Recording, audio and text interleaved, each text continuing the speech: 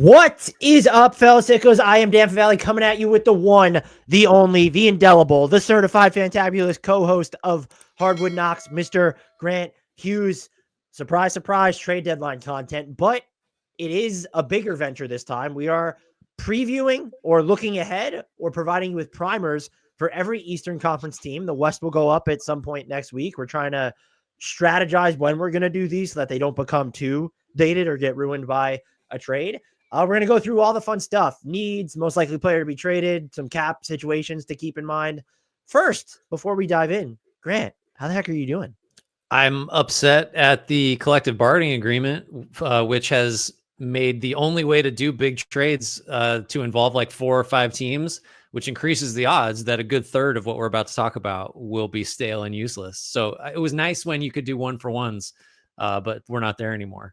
It's harder to go through like the pick protections now, right? Than it's ever been when you're looking, or the pick obligations, I should say. It feels like everything has gotten harder in this CBA. Just talking about teams in every way has become more complicated. Maybe that won't be the sense I have like a year from now or 2 years, but it's all just wildly more complicated and restrictive. And you just have to know more stuff than you used to. It used to be like, they're within 20% salary wise. They're good. That trade works. Now it's just like, if you get past that, there's 10 more things to think about. Do you have any notes, comments, concerns, thoughts on the all-star starters before we dive in? Mostly okay. I think I can't remember. We were close to consensus on most of our starters. So the East starters, Donovan Mitchell, Jason Tatum, Giannis, Karl-Anthony Towns, and Jalen Brunson were my starters. I think you had Garland over Mitchell. That's the only other candidate. Cade might have had a case to get in there as a starter. He could be up there. I think I might have had Mobley over Cat. Did I? He's another one who I think, when it comes to all NBA, I think that's weird. Like his case is probably stronger than Cat's there. The West, I love LeBron. I'm here for the LeBron nostalgia, but Anthony Davis or Victor Wembanyama over him. And I also, at this point, anyone who listened to the award show, I would have preferred Anthony Davis or Victor Wembanyama over Kevin Durant as well. Yeah. I mean, that was just that. There was no getting around that, though. That you knew it was. You're going to get the legends. One last. Honestly, I'm fine with. And at this point, it's which team are you starting for? Because there's 8 teams. I don't like what is that? Yeah, that's true. So wait, how many starters are there? It feels like there's. I mean, I think we both would have a bigger issue if these were. I think we care more about like who makes all NBA and like the awards, and that's like all-star is just its own kind of thing. Like I still, when describing players, will say like 7-time all-star so-and-so. Do you? I don't. Yeah, something. It's just if you're trying to not repeat the name all the time or use pronouns like say he, it's like he's a 7-time all. But I think increasingly we're all aware that like the all-star nods are good. Like you don't make 8 or 10 all-star games if you suck, but like, the all-star starter, for example, is like a designation that might not actually indicate this guy is one of the 10 best players in the league. Well, there's also, I found it fascinating. Steph No wrote about this at Sporting News, the discrepancy between LaMelo finishing first in fan voting and then 7th in media voting, where there's just that different perception. And what's also interesting is these votes came in at a time when like LaMelo was playing way better than he is at the moment. So his case was arguably even stronger. If you did the votes at this moment, I bet you there'd be an even larger gap between the media and the fans. Yeah, that one, I did hear some good arguments about. I feel like we've ping-ponged on this several times. Now I'm kind of like, well, maybe he is underrated, which prior to this, I think I would have said he's not being treated fairly or he's over. It's just like evaluating him is so hard. I think it's hard. I just feel like a lot of people gravitate towards the wrong. Focus on the defense and the availability. He can't win. What team in Charlotte has been built to win since LaMelo has been there? I think that's a fair. He's following the Domas Sabonis track. Is that so many people thought he was overrated? I think Domas Sabonis is underrated now.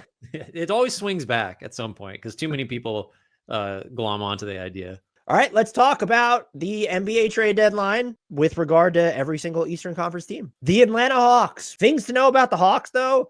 They are $1.3 million below the luxury tax. They are not going to pay it. Do not try and convince us otherwise that they are going to pay it. So this is not a team that will be taking on money in any trades. They do have some picks, of course, that they could throw around, not their own, but they have the Lakers and Kings pick this year, as well as the Pelicans or Milwaukee pick in 2027. start here. What do you anticipate that, assuming they do something, they could just stand still. Do you think they're more likely to try and add or subtract? It's well, just the lack of control of the 25, 26, 27 picks, which we have up on the screen. I don't think this can be a seller. We've talked about this a little bit where like they do have players that you definitely would sell under other circumstances. I think maybe Clint Capella and Larry Nance, who's injured, still could fit into that category. But this is just not a team. First of all, we both think the Hawks are pretty good, and beyond that, like interesting and potentially competitive, like beyond a play-in level. So I don't think anything big is going to happen here, but I just think it makes a little more sense to be, like thoughtful shoppers instead of, well, let's just dump off Bogdanovich and Capella. Like, cause what's the upside there? Right. Do you agree? I think selling just normally would make sense, but the pick thing is like, well, the decision's kind of made for them. Yeah, and I think they're probably more likely, probably not in a big way, even though I've said this before. If I was running the Hawks right now, there's a chance I'd do something stupid, but it feels like their biggest need, like to get like another creator or just like a reserve floor general. The Kobe Buffkin injury, I don't know that he was the answer, but that injury is a bummer. Right. Bogdanovich has been injured, not played particularly well when he has been on the court. And then it's just you're asking a little too much of Jalen Johnson or Dyson Daniels to create often from these dead stops, even though Jalen Johnson's gotten way better there. So is that like, do you have identify any other things that they should maybe be targeting? Well, I mean, presumably, well, I don't know. Let's talk about this because this will be an issue that comes up for not just the Hawks, but like you have them at about 1.3 million below the tax line. Like, is that gonna like are they gonna do anything that they're not gonna do anything that puts them over the tax, right? You can always get out of the tax later, but like Right. they're not gonna be a team that to use your term, they're not gonna do something stupid because they're pretty good. Like I think they'll be the finances will be kind of front of mind, I think, because they're tight enough that it's like it's just not worth getting into the tax. You want to get that payout from the league if you can. What's also awkward though is that unless you think that they should be, I mean, because Okongwu was inserted into the starting lineup, so I guess they now have decided, okay, like we're sure, and maybe they always were sure, but that's your big of the future. It's like I don't like. Do you want another type like a wing that's a little bit more two-way than a Reese Shea or a Dyson Daniels is right now? I think it's a backup play or another playmaker, and if you're not doing anything major, like what, like you're not getting someone like that for like pennies on the dollar for the most part. So that makes it almost a little bit more difficult to traverse the trade deadline for them. I think too, like again, normally you would say, well, they could turn that. What's Capella make? 20, 22. Let's turn that. Let's think about flipping him into someone that might make that amount, and has 2 or 3 years left on his deal. Even that is like, well, before you know it, Daniels is going to be extension eligible. Like there are these other costs that are going to come up, and the Hawks always try to avoid the tax. So it's like, I think this will be true for a lot of other teams too. Like I think just not doing anything and holding on to Capella, especially in this situation, like that would have seemed insane in years past because we lose the salary slot or whatever. That seems fairly likely to me. Well, because like who's clamoring for Capella at that number for a half season rental? And even if because doesn't it get tough to let's say they did something like traded Clint Capella for Lonzo Ball or Malcolm Brogdon, who would fill one need, but then you've created another because Larry Nance Jr. I think if you could tell me Larry Nance Jr. is healthy, I'd be fine rolling forward with him and Okongwu just like that. Those are your fives, but you can't say that. And so you would then create another need, and maybe it's easier to pick a big up on the cheap. So I'm not entirely against them trading Clint Capella, but I'm with you in the sense there's nothing here that's urgent to do. I think the move, I have their most likely player to be traded as Larry Nance Jr., just an expiring contract. And then that's the way, okay, you're not compromising your center rotation at the moment.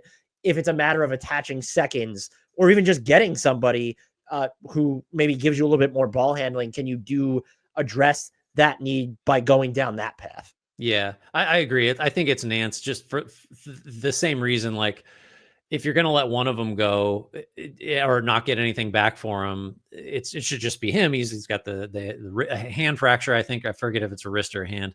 And like Capella is going to help still. Like he's not starting anymore, but Capella is still like I don't know. He's a very high end backup center, and if you're the Hawks and you're still trying to win as much as you can this year, like he just matters more. even if you could get more for him than you could Nance. Nance has got to be the guy that's most likely to go. But then it also is tough. It's like, what are you getting? You're not, unless you're Not attaching much. something to Nance, you're not getting value. So maybe you could take on salary for next year, kind of like you mentioned, and get some seconds, or maybe someone like a Cleveland. Maybe they wanted to roll the dice on Larry Nance and they think he's healthy and they'll send you something. Yeah. It's a weird spot to be, but because of the pick obligations and because they're kind of frisky, they're a team that I think can look at themselves as, hey, we're trying to make incremental improvements. Maybe not anything big time though. I agree. You want to take us through this next team, Grant? Yeah, not a lot happening or likely to happen here for the Boston Celtics.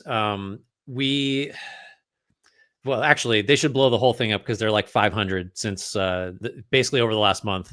I can't bring myself to be concerned about them.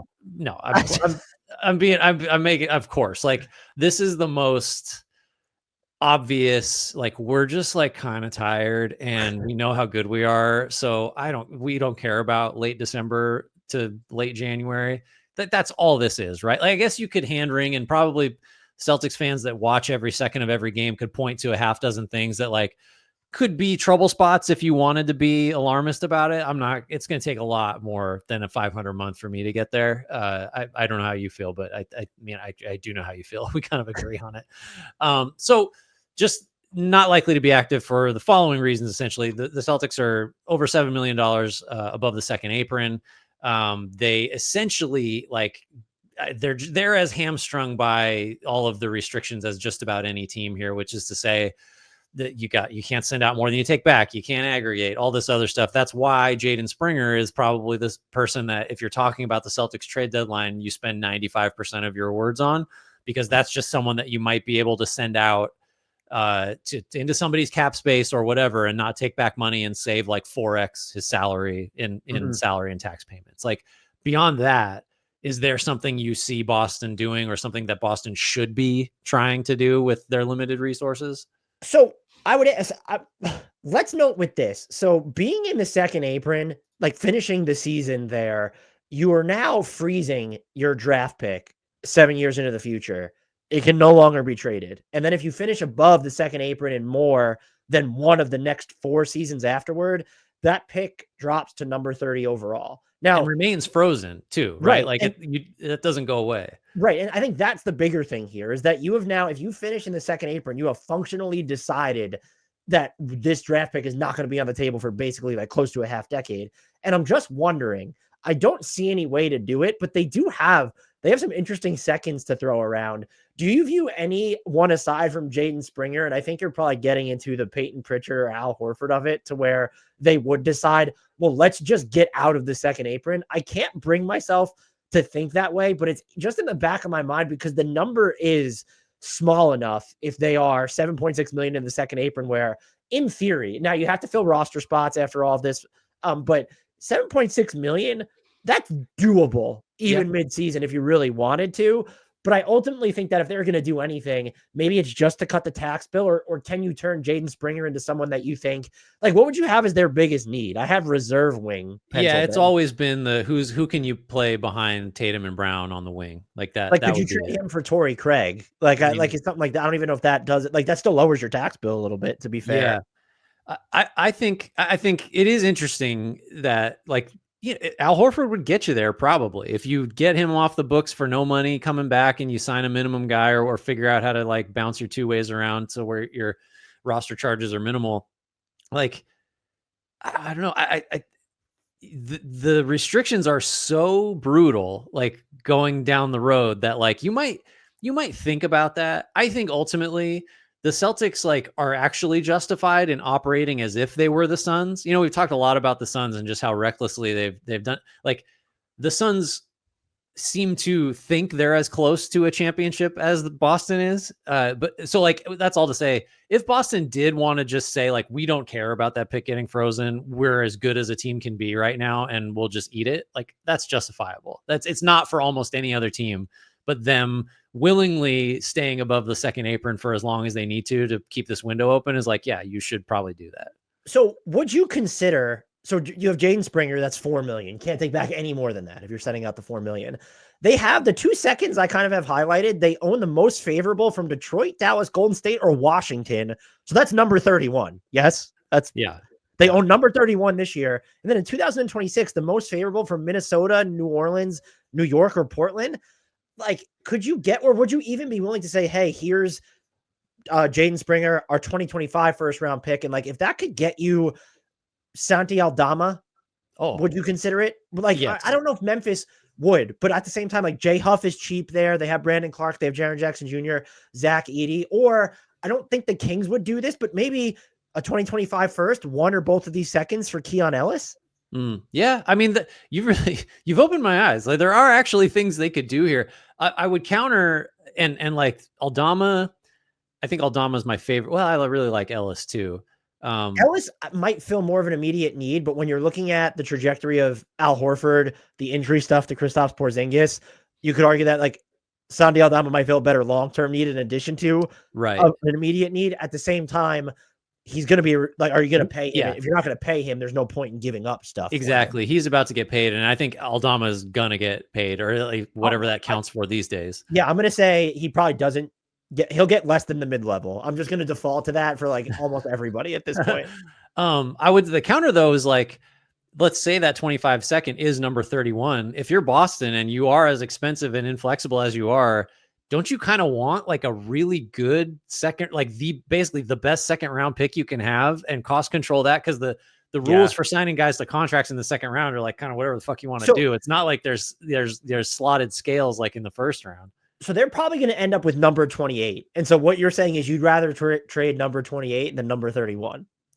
Well, I just think you're not. No, I'm just saying the value of a early second rounder to Boston might be like more significant than it would be for almost any other team because of all the restrictions that they're facing. But that's what I'm saying. It's just like, couldn't you envision a scenario where the player you want at number 28 is available at number 31 and you're going to get them incrementally cheaper? So why not trade number 28? Because then it's the team says, we got a first round pick, the other team, and you're like, we got the same guy we were always going to get. Exactly. And if you're Boston, you can even like, I don't know, you can make a promise to somebody like, hey, don't go work out for whoever is, it's like, I think if you told me that pick is the key to getting Ellis or Aldama or whatever, then I'm trading that pick. But if that stuff's not on the table, I value that if I'm Boston. My Kings logic, by the way, Ellis is playing more. It's just Devin Carter's there. And so if they were looking to pick up an additional first round pick, if I'm Boston, I might give up that first, and because he has another year of cost controlled left, right? Keon Ellis. I would send out my first and both these seconds for him. I wouldn't even think twice about it. If he's cheap for another year, which I believe he is, I'll double check it. I would absolutely send out just all three of those things for him. But you know what?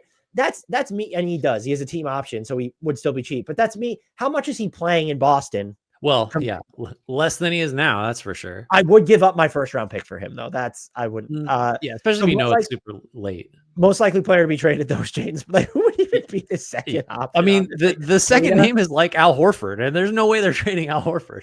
No, well, what if you're getting back Santi Aldama? Well, then you have to pay him. It's Springer, and it's not close. The Brooklyn Nets, they are notably $670,000 beneath the luxury tax, and so they're not taking on money as part of any deal either. They're going to be looking to shed salary, if anything. They have a bunch of picks, but like all those Knicks picks, they have. There's not like, so they're not trading a first round pick. That's what I'm basically getting at. So they're just, will they trade Cam Johnson? Will they trade Cam Thomas? Do they look at trading Day'Ron Sharpe or Nicholas Claxton? How do you approach the trade deadline as the Nets, Grant, knowing that like you've done the two most likely players to be traded have already been traded? Yeah. So I've kind of had a change of heart about them recently because I kind of put them in the bucket of like, if it's not nailed down, trade it. That extends to Cam Johnson, get whatever you can. You're rebuilding. Who cares?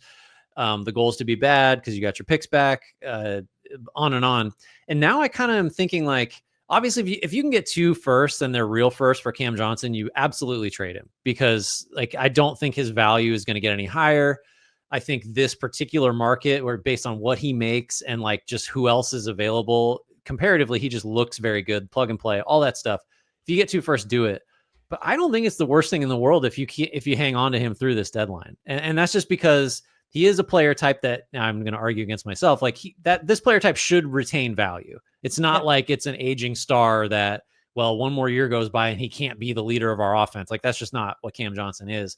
And I think because you also got control of the 26 pick back, your timeline is not, it's not like this is the year that the tanking has to begin and end. It's like you could just do this next year and maybe the market is more favorable than it is now. So I think we're going to talk about who's the most likely player to be traded. I would have said Cam Johnson a week ago, but just in terms of like what's available, where the market seems to be going, I don't think it's a huge mistake if they hold on to him. But what do you think about that? Do you have to move him now? Because he is playing like better than he has, and he's not young. Yeah, I know. So I would say that my most likely player to be traded is Day'Ron Sharpe because he's not under contract for next year. He's had some injury issues. There are teams that could use secondary bigs, and he will give you some mobile heft. And I'm with you. I just don't think there's an urgency to move Cam Johnson. And look, if one of the first round picks like is just like in the it's going to be bottom 5 in this year's draft, do you still have that urgency? I might even prefer a pick that's not in 2025. And then I'd rather, if you're not going to send another pick on top of that, I want a player, which is why I think that some people have circled the Kings where it's, well, would they give you Devin Carter and a pick with Kevin Huerter? And I don't think they would. He's in that's where Cam Johnson's also in bizarre territory because we've gone through this with the Warriors I think he'd be an excellent fit there. But like how much of your stuff are you actually willing to, if you're trying to straddle a middle ground, how far is too far? I have a question for you though, even though I don't think there's an urgency to move him. Which team says no to this? The Nets get Jock Landale, Jayshawn Tate, and their 2027 first round pick back. Houston gets Cam Johnson. Who says no? There's a swap right now that they owe. Like Houston has the right to swap it. Man, I don't think so that's the way that one first gets it done. If it's your own, right? Like that. If I'm Brooklyn, I don't know. I think I might do that. So I guess Houston, but I think that's kind of like they both might say yes there. What do you think? Do you think Houston's the one that says no? If you're Houston, I understand the optics of this. Like you have the right to swap with the Nets, but like the Nets 2 years from now, even if you don't think they're going to be as good as you, they're not like, are they going to be what are the odds? It's more likely that the pick the Suns sent to the Jazz in 2031 is going to convey in the top 10 to me than the Nets pick in 2027 to Houston. It is hard. Yeah, it's hard to be sure. I mean, a lot depends on that might be my lack of it's just 2031 is so far away right. Because I think you can make the argument that the most valuable Suns pick out there is like having the right to have 2028 or 2029. Like those feel like the ideal years for Brooklyn. They're going to be terrible the next 2 years. And this year was proof because they were too good and they just they stopped being too good. They made trades that were early. I honestly think Houston's the team that winds up saying no. I'm not sure that they should though, because Cam Johnson comes in, doesn't compromise your long-term payroll structure. But if you're worried about, well, where are you finding him minutes? Because Jayshawn Tate is playing now, where you're basically set like whose minutes are being chopped down. Like Cam Whitmore has been playing a little bit extra. Reed Shepherd's already not playing. So how are you figuring out the rotational balance? Yeah. I mean, there's iterations of the Rockets, a year from now that involve like, well, Fred VanVleet's gone and Amen Thompson's the point guard. And so then you really need another shooter out there. It can't just be Jabari Smith. So like then Cam Johnson makes sense. But yeah, you're right. Like like he should play, he should be in the rotation and or start for wherever he ends up. But the Rockets are they already have too many guys when healthy. Like, I guess if you think, man, Jabari is like, we're worried about how he's going to look when he comes back and we want to win as much as we can this year, but that kind of short-term thinking just doesn't really square with, I think, where Houston is. Now I'm contradicting my assumption though, but couldn't you look at it as Cam Johnson in his role with the Rockets or that like swapping with the Nets? What has more value? Like couldn't you, in theory, like Cam Johnson's trade value, even if he goes to Houston and plays, like it's not going to nuke. You wouldn't think. Yeah, no, I don't think it would. I guess like a lot of it honestly would depend on. So what's the most likely way that giving back that swap, if you're Houston, like really comes back to bite you, and it's the Nets just like continue to be one of the 5 worst teams, right? And like looking at the free agent landscape, like who's the next guy that's going to shake loose that they might use that cap space on to get them back to like, well, now this pick is 13th or whatever. Like, I don't know who that guy is. Like all we do is talk about how there are no free agents anymore. Everybody resigns. Yeah, I think to answer your question initially, I do think Houston is the one that says no. I don't know if that's the right decision. I just think Brooklyn, if it can get that pick back, should yes, you should do that. That's the easier side of it. Is it? It was my own idea. I kind of like it for both sides because I do too. That's why I hesitated. Even with Houston, I'm not advocating because both of these players are way better defensively, but like Cam Johnson's number being locked in for the next 2 years.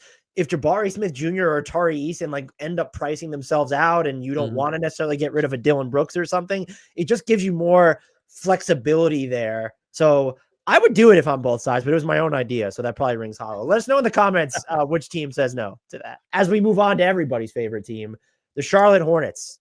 Grant, let's talk about this. I know that they're your team, but can LaMelo Ball win? No, just kidding. Go. Is he a winning player? Nobody knows. We'll never know. We're not going to know. Charlotte's too bad.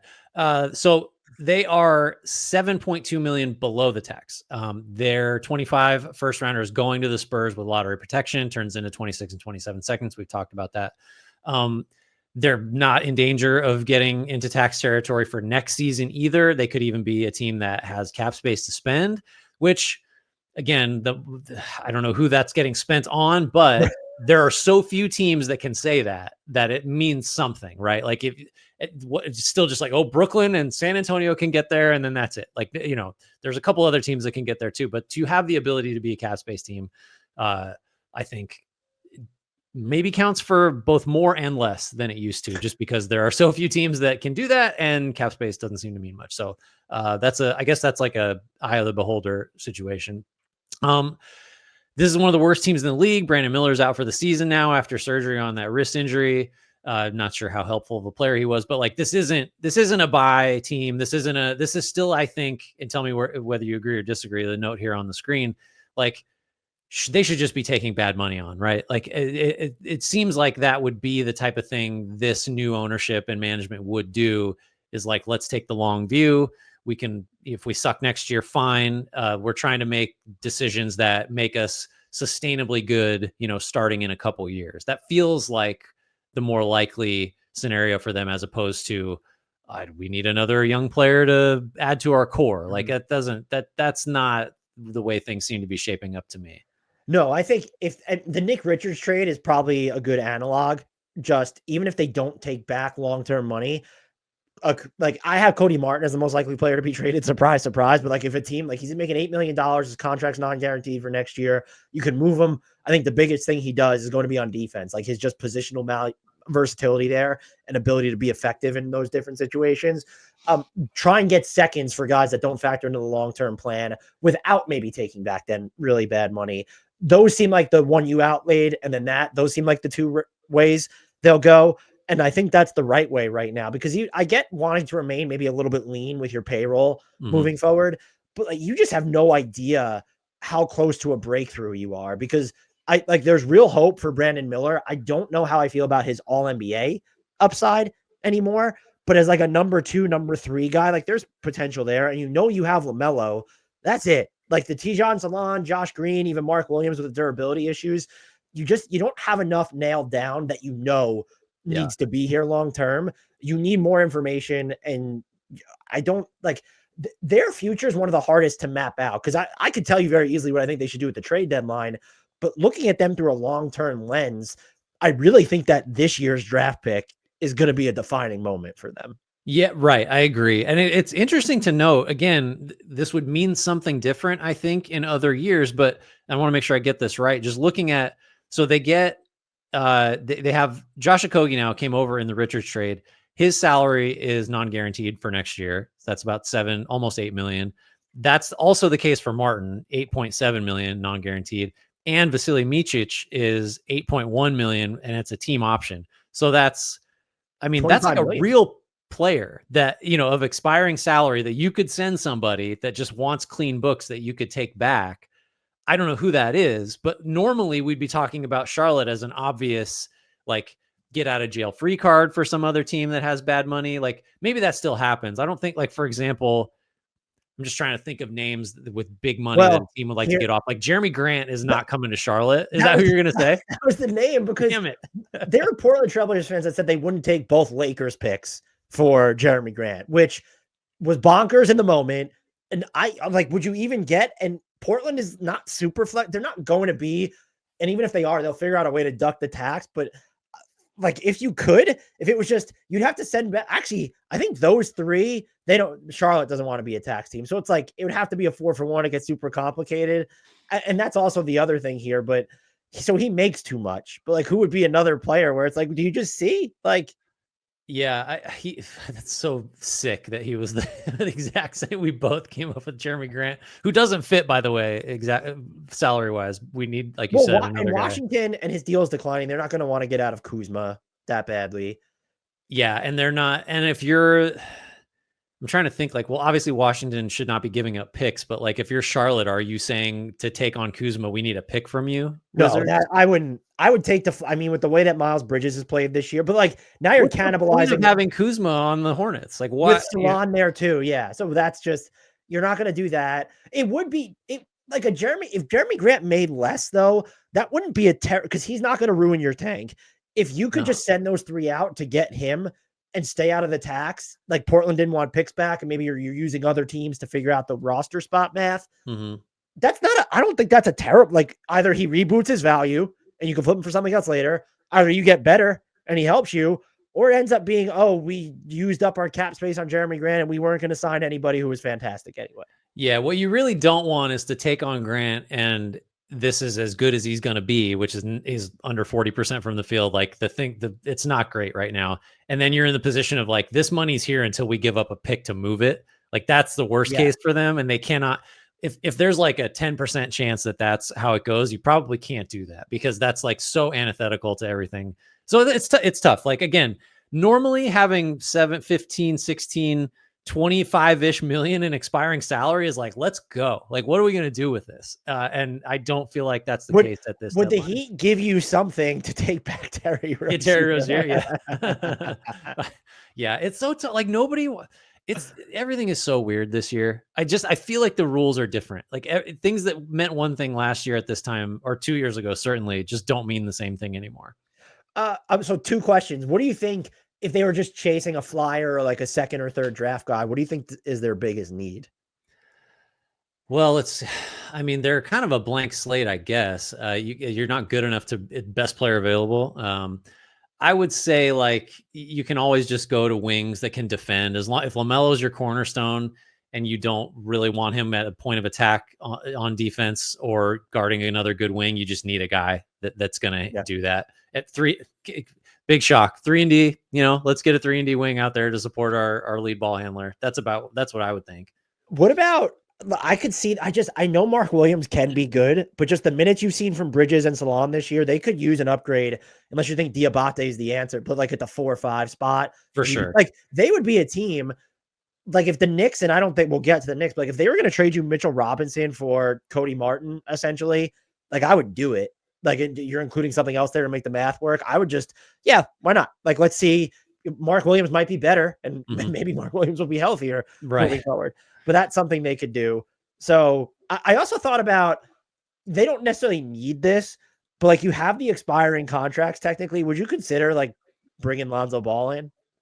100%. Every team should consider bringing Lonzo Ball in. But yeah, sure. I like the story of that. And weirdly, like, wouldn't you say that Lonzo, unless you think it's Trey Mann, who's been banged up ever since his hot start, they don't necessarily have like another guard next to LaMelo of the field. I view Brandon Miller as a wing, so if you want to say he's that, but what's so bizarre is how good of a fit Lonzo is next to LaMelo because they're so different. I mean, and like would you say that however unfounded it is or just perspective, LaMelo is not a winner. Like no one would. Lonzo is like the opposite of that. Like, oh, he makes everybody better. He does all the little things. Like that he defends, makes open threes. Now again, Lonzo has the injury stuff, obviously, but like, yeah, he would fit great. He would be an awesome fit there. And also because the Bulls, and we're about to talk about them, but just very quickly, they're so close to the tax. Like if you're Charlotte and you do Vasa Micic and one of your other like non-guarantees, I would probably, would you lean towards if you're Charlotte and it had to be Cody Martin or Josh Okogie? Okogie saves the Bulls more money under the tax. But like, who would you, it'd be Micic plus one of those guys for Lonzo. I'm just 100% doing that. Yeah. And I would send out, I mean, you'd have to look at their second round pick commitments. I'm not sending out like a great second to do it because they could just sign Lonzo Ball this summer if they really wanted to. But if the Bulls are just looking to increase their breathing room, maybe for other deals, if I'm Charlotte, I'm trying to see like if they have any just throwaway second, like a protected second. So it would just be something to consider. And also the story would be really, they have a shit ton of seconds coming in. Like I would give them, so that two of those guys plus Denver's 2026 second, why not? Do it. The Cavs, they're 1.7 million into the tax, and they have conveyed that they will pay the tax. I just question whether they will, because they're already 7 million into the tax next season. That's with just 10 deals and roster charges. And so that's not including Karis LeVert or Ty Jerome, who's been pretty important this year. They have the ability to trade their 2031 first rounder and a 2030 swap if they wanted to do something kind of splashy. Do you think the move here, to go back to Charlotte, who do you think is their most likely player to be traded? I think probably Martin. You can make the case for Okogie. I'm just, of those two, I think they're more likely than Micic to be like, I could see a team. Yeah, those two could help a team like just as wings. Micic is like, you need a third point guard. I don't know. With Cleveland, let's look at it this way. Do you think that their most likely move is, do we just trade away Tristan Thompson and that ducks the tax for us and we roll forward? I mean, if it's not him, yes. If it's not Thompson, what's the other path to doing that? Like, I feel like you kind of need everybody else, or need more than you need Thompson.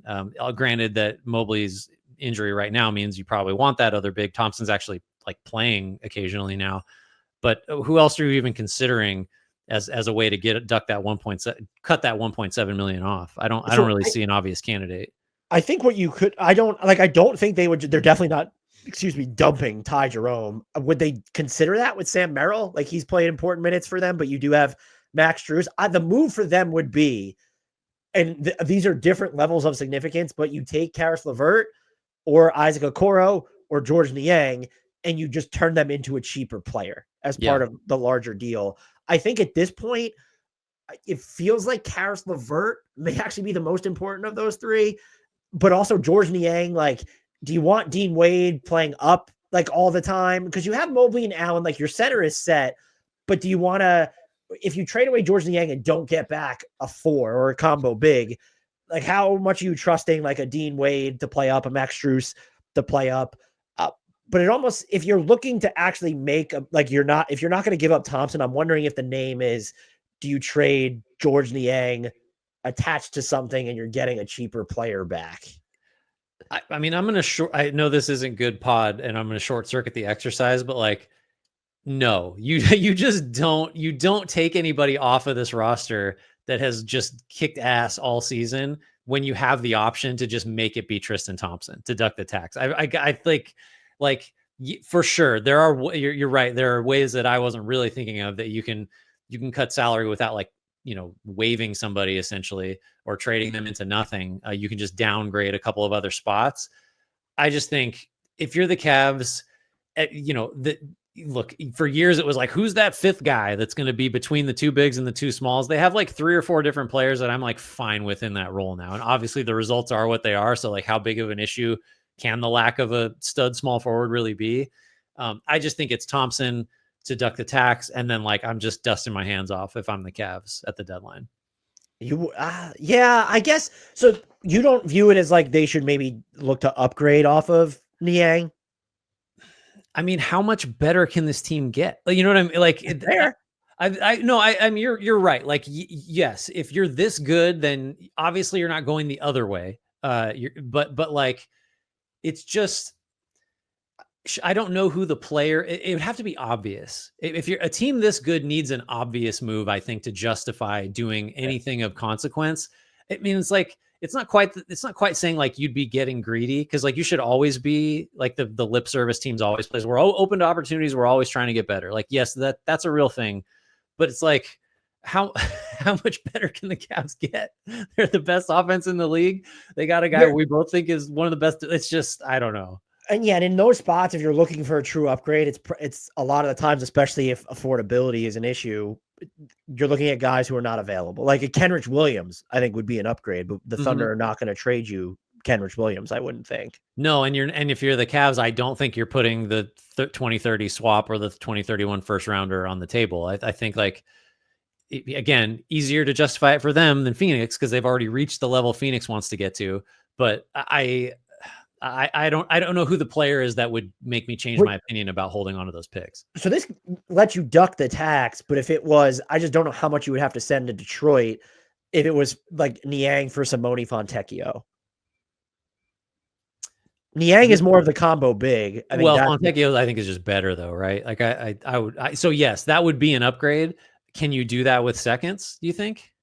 They could attach a bunch of seconds, but if I'm Detroit, I don't know that I see the value. I mean, Niang could play for them, and Simone Fontecchio's minutes haven't been like ultra high this year. He also hasn't been as good as he was last year on balance. But if I'm Detroit, I don't know that moves me. And I guess that's the issue you run into. I guess if I was the Cavs, I might be more open to considering, because my concern would be, because the Niang minutes have been fine this year, I just don't know what value he has to you in the playoffs. Right. And he'll play less, obviously. And then, from a skill standpoint, he's someone that, like, even if you didn't shrink rotations in the playoffs, the competition would necessitate like very spot use of someone like Niang, where maybe you could get someone who is like less restrictive and you could actually make a rotation staple against, however many through 4 rounds of postseason play. Niang probably isn't that guy. That's fair to say.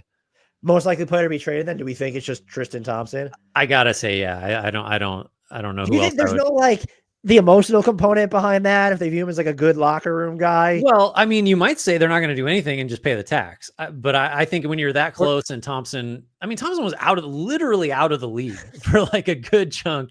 I mean, could they, what, I guess if you can't just like wait. Yeah, they would have to trade him. You can't just bring him back for just to be around. I don't know, make him trade him somewhere. He retires. He becomes an unofficial assistant coach. So he's still on the bench when he comes back. Next up in our exercise is the Detroit Pistons. Arguably the team most likely to make a trade. Just we've joked about that a lot. Just the $14 million in cap space. They can be a way station. They can be a facilitator. It's too bad that still feels like the most notable like trade deadline angle for them, because the Pistons are now a legit team that we need to talk about. Yeah, they're good. We need to talk about, well, what do they need? Like how bold should they be in adding? I still just think the first angle you have to talk about is like, what can they do? What can they get sort of for the rental of that $14 million in cap space as a third team or fourth or fifth team? Who knows how big some of these deals will get? Do you think that's the right framing for them, or are we doing them a disservice by not talking about them more like a normal team with, oh, they need this or that, or you know what I mean?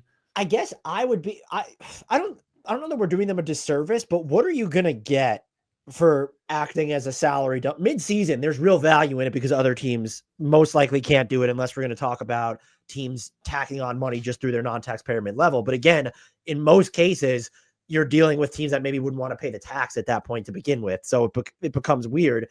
But like, what are you actually getting?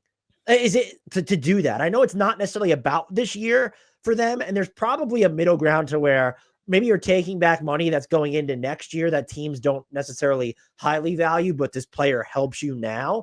If I'm them, though, I'm more so looking like could you do like a mini buy? I'm not trading future first round picks, but if I have to trade Marcus Sasser to get someone who helps me and I have a ton of it, doesn't it feel like it's going to end up being the middle ground? Because I don't think I feel like they end up with someone who they don't have to give up assets for, but they also think is going to play for them because like they're good enough to think in those terms rather than, oh, we need this number 26 first round pick. Yeah, I don't know. I mean, in an ideal world, you are getting an asset to take on someone into your cap space as part of a larger deal that you're like an ancillary or you're a facilitator in. And that player is also a rotation upgrade. Like that's a lot of boxes to check. I'm struggling with. I have one. Okay, let's hear it. say, I'm curious. I guess based on his current play, maybe not, but let's just say this team decides, which they might be tracking toward because they're cowards, that we don't want to pay the tax this year. Do you just take Dennis Schroeder from the Warriors and the Warriors write that off as it took us 3 second-round picks to get out of the tax? And the optics wouldn't be great because you actively signed the Anthony Melton and then in theory would have just used picks to get off that money. But would you even consider then giving them a second or something? Like maybe or would you even consider taking on, like, does Kevon Looney or Kyle Anderson play for this team, or does GP2 play for them? Maybe not. No, GP2 wouldn't play because I don't think Kyle Anderson would either, just because we've been down the road of not putting shooting around. Well, make him the point guard and then put shooting around him. Well, yeah, sure, that's true. You could use him for that. Yeah, I don't know. I don't they seem well? Okay, let's go down the road of like they're not just going to be, hey, here's 14 million in cap space. Like how can we help you?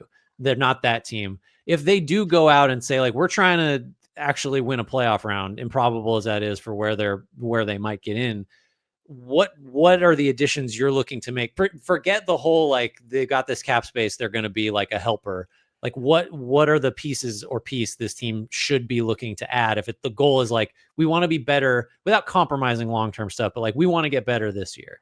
I really do think, especially post Jaden Ivey injury, that they need another like shot creator and maker to work both with and without Cade Cunningham. I think you could also argue Asar Thompson and Ron Holland, they've given you good minutes. You have Simone Fontecchio, you have Tobias Harris.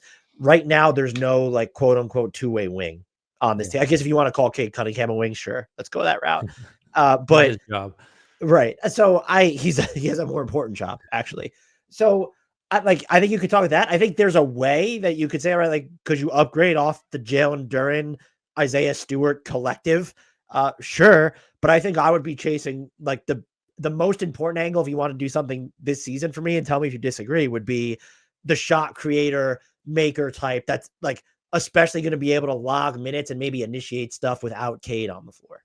I think that's right. And like, it's funny that like you go from one hindrance for Cunningham over several years, which is the lack of shooting, to now they're shooting, but there's just nobody else that can make a play, which is just like, okay. And a lot of that's Ivy being hurt, but even Ivy was, that's not his forte right now. No, it really isn't. He was he was providing shooting, believe it or not. Like that was really, and secondary playmaking. Like I do think that has to be the focus, but then you're talking about a backup probably, because like you said, you're not like the guy that is a legit secondary creator that can also defend, that can also make shots off the ball is like, you're not getting that for what you're willing to give up. So it's going to have to be like more of a backup. Like a Schroeder is a great example. Like it's just someone that you don't envision starting, but he's just going to lighten the load and maybe make your second units functional.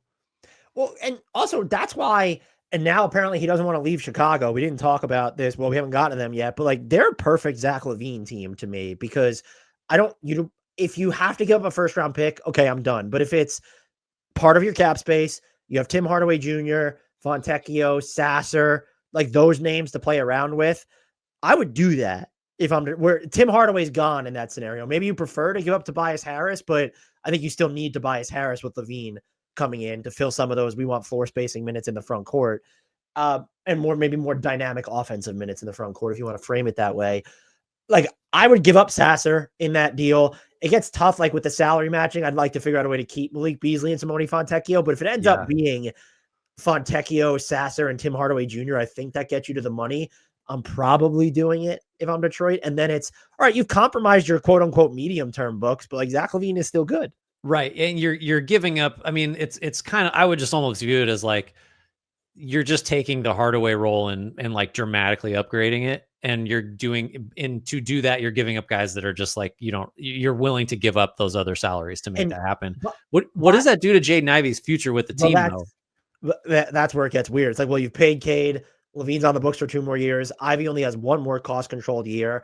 At that point, I think you just float it until restricted free agency, unless he's willing to like extend to just a number that you can't even believe. And I don't think there's anything wrong. Like having those 3 guys on a team with the way that Cade is defended this year, like I don't think like that's not prohibitive, at least to me.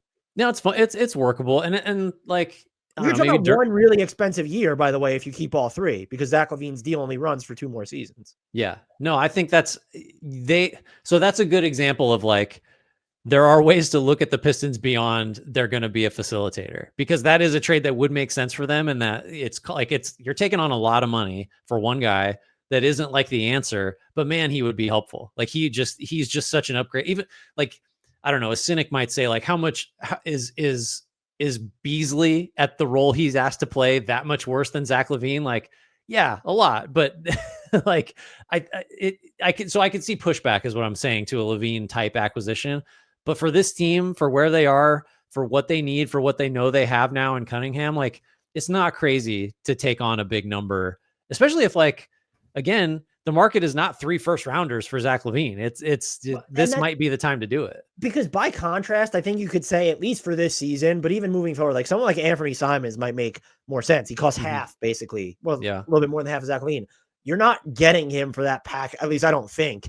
Like, you're not getting him for Portland really wants to save money, and it's, yeah, okay, we'll do it for Tim Hardaway Jr. and Marcus Sasser, right? Like, but you're not getting Anthony Simons for that. You're not getting Colin Sexton for that. I don't like other names. Like, you're not getting some of these other impact names for that. And that's why Zach LaVine, he's so expensive, but that's why that opportunity would theoretically be available. Sure. Right.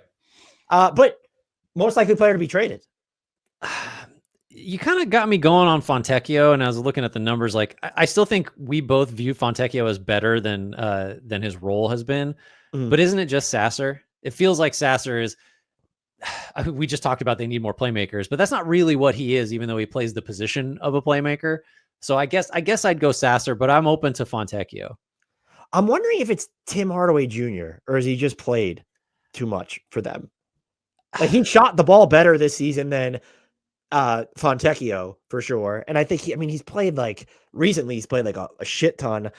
But I'm gonna go with Fontecchio, because I just don't. What are you giving up Sasser for in a small deal? He makes so little. So like, what his inclusion feels like, here's like this half first round pick. Yeah, like, you'd have to view him. The acquiring team would have to view him as a second draft guy, and I just don't know that makes sense since he's already 24. Hardaway, I would say that if the Pistons are going to do anything even in the neighborhood of a LaVine type thing or like an actual acquisition, then it probably should be Hardaway, because you're just going to need that bigger number to throw into a deal for someone that actually makes a difference. And I mean, he's expiring, so like that's a team that's looking to move. Now I'm just like stuck on LaVine. Like, the Bulls would value that expiring 16. What is it? Yeah, just over 16 million. I honestly, the most likely scenario might just be they're trading no one and someone just coming into that cap space. We've circled all the way back now to where we started with them. This next team is my team, I believe, and it is the Indiana Pacers, who, look, we have their draft pick commitments right, fans of the Indiana Pacers. They are $147,000 below the tax. So, by the way, they are not going to pay the tax this year. They can do it, but like, there's a chance they'll be in the tax next year, depending on how much Miles Turner costs to retain. And so I think that needs to be, even if they're not taking on money in a deal this season, I do think that needs to be, if not top of mind, in the middle, like in the mid back of your mind, that they're not going to take on a player who's making so much next year that they're definitely going to be in the tax. They can trade first round equity, but they owe 26 to Toronto, top 4 protection, also top 4 in 2027 before becoming 2 seconds. So in theory, they could still trade up to 2 first round picks plus swaps. I just don't. Let's start here. Is their biggest need still what's always been their biggest need? Just a wing that can guard, that's bigger than Aaron Nesmith. Nesmith is back, and so that that also complicates things, because now that eats into Jarris Walker's minutes a little bit. But I do still think that's their biggest need. Who's the most likely player to be traded on this team? This was one of the tougher ones for me. Yeah, it is. I think like you do have to, and I think you touched on this. You have to loop in the like, what's Miles Turner going to cost, assuming they do want to keep him, which, like, the fact that we're not really talking about him, this is another example. Expiring salary. Like, this is someone that you might be looking to move because, we could walk for nothing. I think it seems like the goal is to just re-sign him, but you've got the tax concerns. So I gravitate towards Toppin, just because that deal doesn't look good. And I mean, he's played like fairly well, but not to the level that justifies the contract, I think still.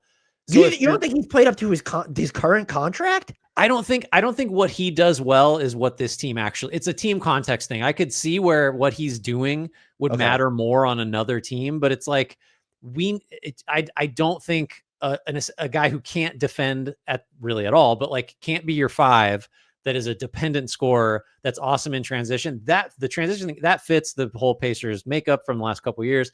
Oh, I'm sorry. I thought you were talking about Miles Turner. No. Obi Toppin. Sorry. Turner is a solid value. No, I think Toppin is the guy, just because if you're looking to keep your books under control, which Indy always is, and you're going to keep Turner, we got to get rid of this salary. So like, but who wants Obi Toppin at this number? Who's giving you anything that isn't also attached to long-term money? I don't know. But I mean, like, we could talk about Mathurin. I think that's another one, but if it's me, I'm trying pretty hard to move off Toppin. Just because I don't feel like the Pacers need him. And I feel like if you're trying to get the Turner stuff done under control, like that's where you trim some money.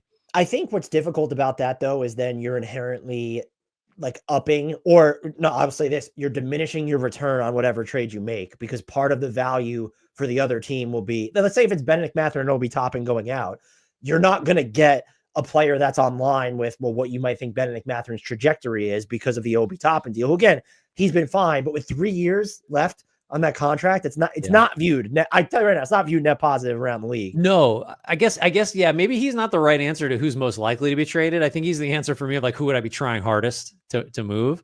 But so what about Mathurin though? Like where do we land on him? Because he has plenty of standalone value, and for a move that like Indy's looking to make, it would be between him and Jarris Walker and even Ben Shepherd, you want to throw him in there, he seems like the odd man out, just based off what Indy already has, needs, and the way that they're playing. This is not to say Benedict Mathurin is bad, but when you're going to start looking at where you're investing your money, because he is extension eligible this summer, that's the name I've circled. What becomes challenging is he's not making a boatload of money. Right. And it's tough to come up with, well, who is a singular player you would trade Benedict Mathurin for?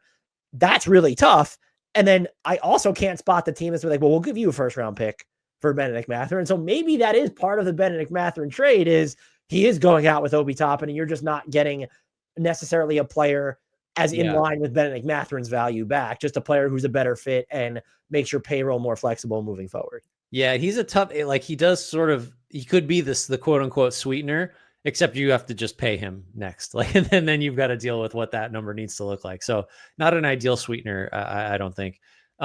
Would you move him? Like, I really don't think Brooklyn would do this, but if the structure was Toppin and Mathurin and then more money to stay under the tax to get Cam Johnson, are you doing it? I mean, Johnson isn't the type of player we said at the outset that they need. Correct. I don't know. Am I ever going to just not be like skeptical of Mathurin and his fit on this team and his just like general value? I think I probably would do that. I just think Cam Johnson is ultimately an easier player to fit. He makes more sense in general than someone like Mathurin on this team and on most teams. And I would do that if I were Indy. I can understand if you're a Pacers fan and you're just like, you're still in on Mathurin. I've been in on Kuminga for a long time and I check week to week on that, but I would do it. I don't know. Do you think the consensus is that among Indy fans, let's say, are they cool with Mathurin going out with Toppin for Cam Johnson? I guess I don't have a good feel. My guess would be they would say no. I'd probably do it because you're also kind of opening runway for Jarris Walker there. Sure. Because now it's Cam Johnson can play. So he's not what you necessarily need at the wing, but he does serve. He's a good fit. He's not going to do as much of the off-ball stuff that you were getting from a Buddy Hield. Like Benedict Mathurin's not going to do a ton of that. Isn't doing a ton of that either. Excuse me. So he doesn't need the ball, just fits. And you kind of know what his number is for the next 2 years. Where with Mathurin, it's what it is for the next one. And then there's a mystery. So to get off the top of money while opening up minutes for Jarris Walker, I think I would do it if I'm any. I don't think Brooklyn would do it. Yeah, because you're not. What was the report Brian Lewis had?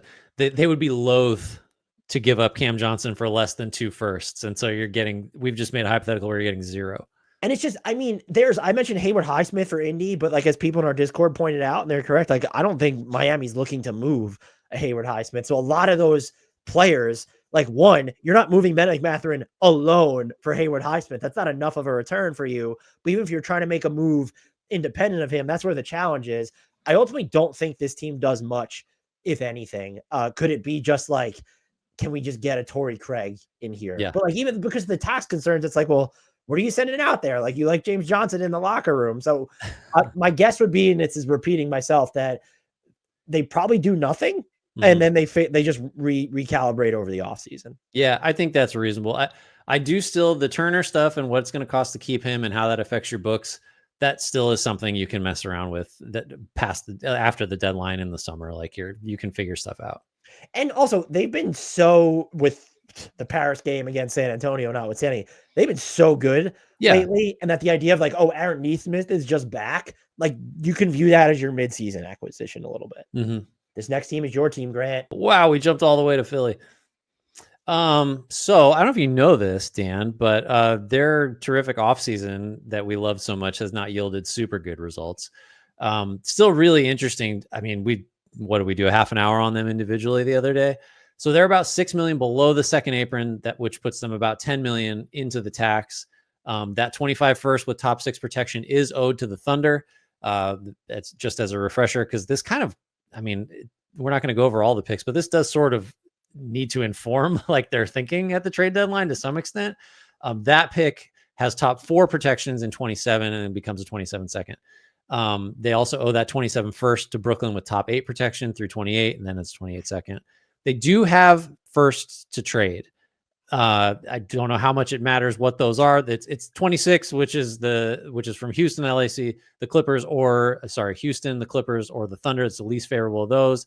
They have the Clippers 28, which is unprotected. That's the crown jewel asset. A swap on the Clippers 29 with top 3 protections. So that's all a long way of saying the Sixers have the ability to make offers and the salaries to add talent. Their current status in the league and Joel Embiid's inability to be healthy suggests that this should not be a buyer. So we can talk about like all their different routes that they could go. And we did do some of that already on kind of a one-off pod. Like before we get into what they might actually need, what they might actually do, have you thought any more about, or have your thoughts changed on like, what is the ideal direction for them at the deadline? So I actually think now, and this isn't necessarily they need to tank, but the more I thought about it, it's not happening this season. So why would you buy the stuff that you can send out now if you were a buyer?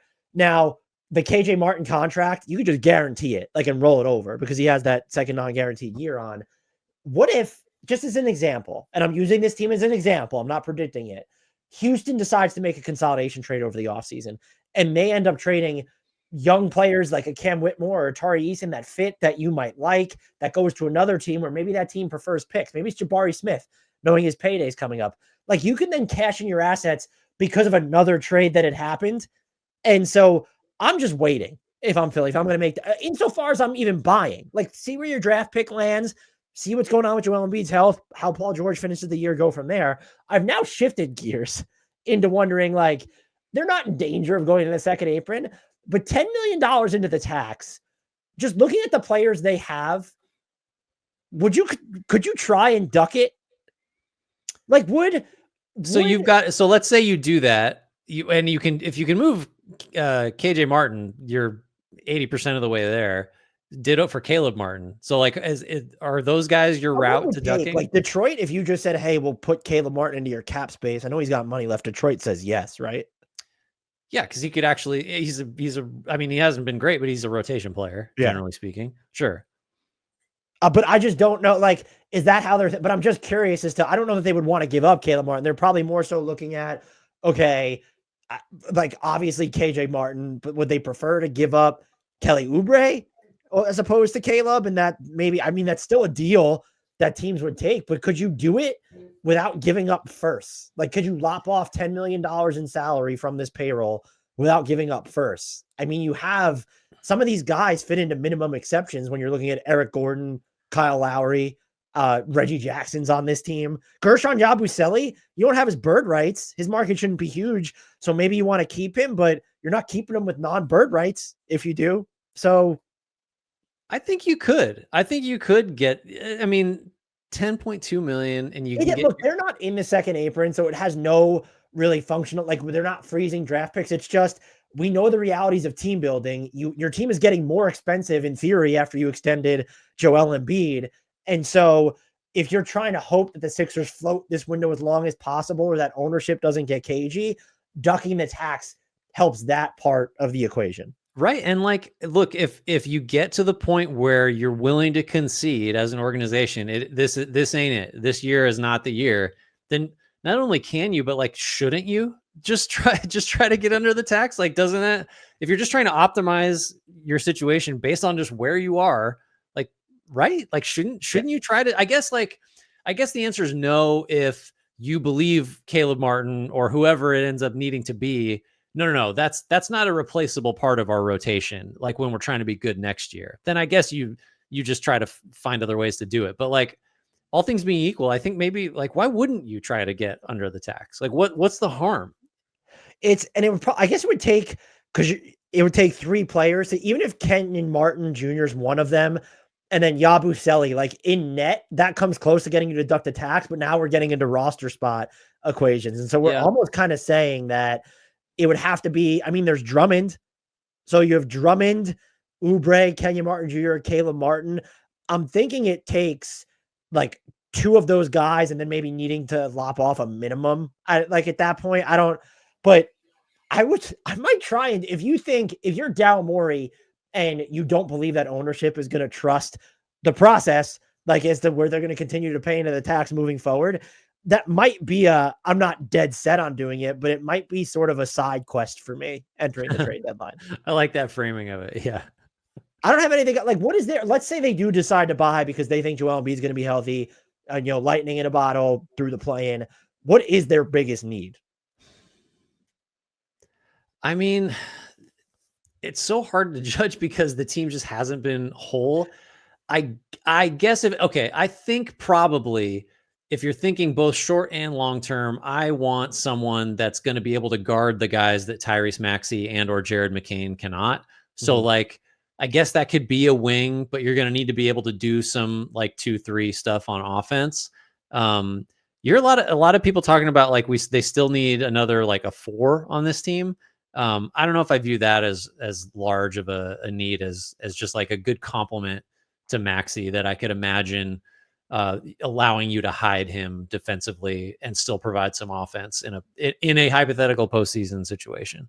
Yeah, and that gets in like those players just aren't like to get that player without giving up like if you could do, let's say if they can buy without giving up a first round pick, kind of by all means, like you just call Charlotte and like say like what up with Josh Okogie? Yeah, well, that handles your defensive problems. I don't know how much you trust his shooting, but yeah, like a burly 2-3 that could do stuff defensively. Sure. Who is the most likely player to be traded? This is an easy one. I mean, it's just Martin. His deal was signed to be traded. That was like the running joke from the moment he signed it. It has to be him. Do you think that he's going to be traded now, though? It looks a lot harder now, right? Like it seemed like just a given. Yeah, probably because he fits in a lot of buckets as like, if you're trying to duck the tax, then yeah, you trade him. If you're trying to, match salary and you don't really care and a team wants money off the books, like he feels like he's the most likely in a number of scenarios. You could talk me into them doing something where it's, we'll give you like Reggie Jackson for Torrey Craig or whatever type deal. And they're just trying to fill a little bit of rotation minutes that way since Reggie Jackson doesn't play a ton for them. But I think it's KJ Martin is the right answer. Whether he ends up being the correct one we'll have to see. Yeah. Next team is quite literally my team, the New York Knicks. They're fascinating from the perspective of they don't have a lot of stuff that they can do. They're $535,000 below the second apron. So they can't take back more money than they're receiving, but they can aggregate. They don't have a ton of just draft equity to move. They have Washington's 2025 first. That's top 10 protected, top 8 in 2026. And then his 2 seconds is going to be 2 seconds. And they can give up swaps in 26 and 2030. Now, let's start here, though. What is their biggest need? I think you could go a bunch of different ways where it's another type of initiator. That's just an upgrade from Campaign or Deuce McBride, those minutes.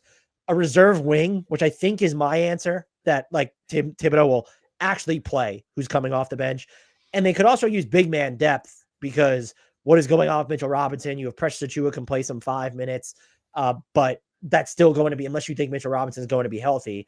Those are the needs. Like I've mapped out the entire rotation. Do you agree that it's a reserve wing would probably be bigger? Or I think my second pick would be someone else who can maybe break down the offense coming off the bench. I just don't know, like campaign on the minimum, like how much better are you getting in that spot? Right. I get, as much as I harp on just how hard everything is for Jalen Brunson, I feel like the answer probably needs to be someone else that can make a play that's better than campaign, that you could imagine, like whatever position that needs to be. But I'm torn on that. Need to have size at this point then? A little bit, right? Like, I mean, I don't know. You're pretty big everywhere else. You could work stuff. I mean, like, so, but I was going to say, like, it feels like that is the right answer. Just, I mean, if Jalen Brunson is hurt or whatever, you're done anyway. So it doesn't really matter. But like, you're talking about the 6 or 3 like postseason minutes per game he's not going to play. No, because the benefit of having someone with size that could do that is play them next to Jalen Brunson. Sure. Okay. Yeah. And so then that's fine. Because then you can, but what I was going to say is I still just feel like it's not a trade need per se, but it's just like, they don't know what it looks like with Mitchell Robinson next to Cat. And I feel like you really want to know what that might look like, because if you don't love it, then you can punt on that. And then Robinson's just your biggest salary trade chip, and you move him. Again, this gets complicated because it's like you're offering Mitchell Robinson to a team for someone kind of like Mitchell Robinson that probably plays the same position and makes similar money. So like we always talk about like, well, what does that even, what kind of deal is that? I think it's support for Brunson in the playmaking department, but I'm also open to, if Robinson isn't the guy that can, be the best version of himself and maybe make sense with Cat in like 2 big front court looks, someone that can be that. I like the idea of that. If you're thinking from a playoff perspective, like, can we get really big and retain as much shooting as possible? Because Cat can do that at the 4 and kind of get, I don't know, you're never going to get like Timberwolves level defense last year, but the idea of Cat next to another big is still something I really would want to explore. I guess the names though of like I'm just thinking of like, could they get, I know he's been injured, but like, would Memphis trade you Vince Williams Jr.? How would I get Aaron Wiggins on my team? Well, is Wiggins doing I guess he can beat guys off the dribble in addition to he'll give you the rim pressure. So that's not but if I can get Aaron Wiggins, I'm taking Aaron Wiggins. You can't get Aaron Wiggins, which not with Mitchell Robinson probably. Although, like, what if the Thunder just keep not having bigs and they just decide we'll take a shot on Mitchell Robinson, we'll give you Wiggins back? The antithesis of the Thunder. I guess the real question is, do you expect them to make because they're going to make another move, but is it coming this season or is it going to come over the offseason? I'm asking that because if you wait till the offseason, in theory, Mitchell Robinson might have actual trade value because maybe he gets healthy, comes back, makes an impact. However, Precious Achiuwa is coming off the books. You're like, I don't know if they're going to be in the second apron or not. I get like, they could like avoid it, use the mid-level exception. I don't know who you're going to get for that. I've seen some Knicks fans want Lonzo Ball. If you get him with the mid-level exception, then you figure out a way to stay under the second apron. Of course, that opens up some draft pick flexibility, but you're like, Mitchell Robinson is your last great salary matching tool, unless you think that Josh Hart or somebody is going to emerge as expendable. He is. And I've been thinking solely about like the framing of this season. What can you get for Robinson? It's got to be by this deadline. And his salary also goes down next year. It's like 12.9 from 14, I think 14.2 or 14.3. And like that in combination with maybe he shows something down the stretch means like it just does make more sense to move him over the offseason. I don't know. This is another case where it's like the need for an upgrade on a team that's really good but has clear holes is so obvious that you want it to be this deadline because like just you're impatient and whatever.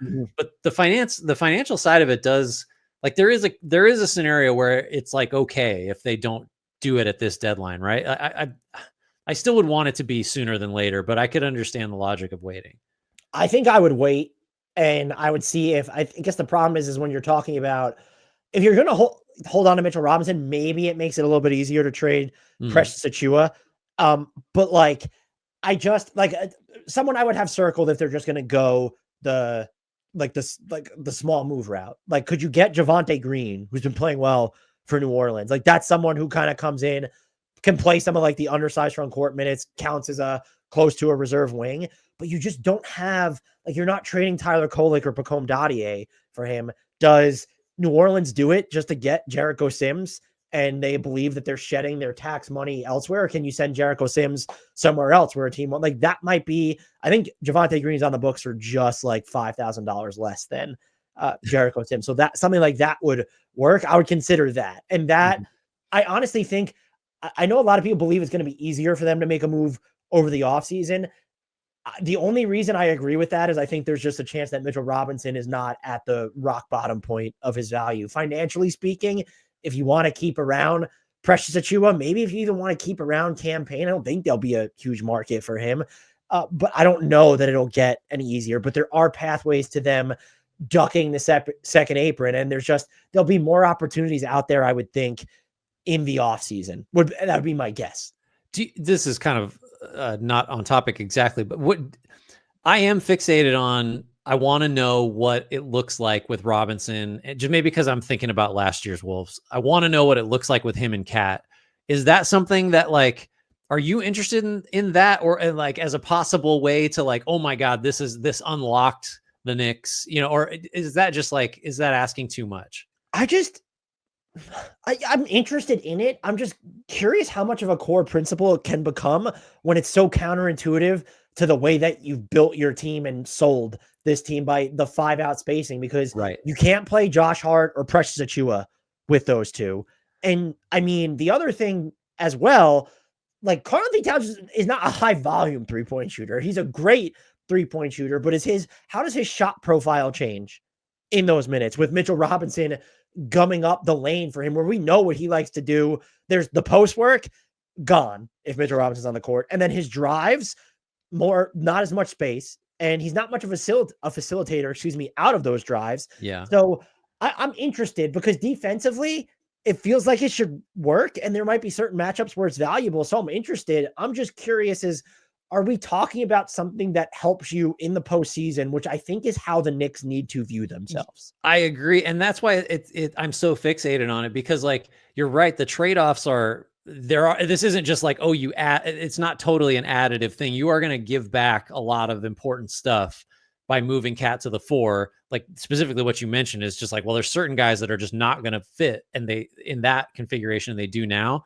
Again, that's why I want to see it, because maybe what you get is a top 10 defense, a sustainable top 10 defense, and you make up for the spacing stuff with, like, oh, now you just kick ass on the offensive boards again.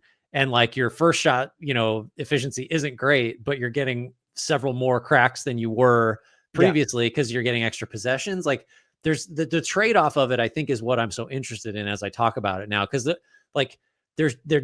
it seems possible, I don't know if it's probable, that on balance it might work better.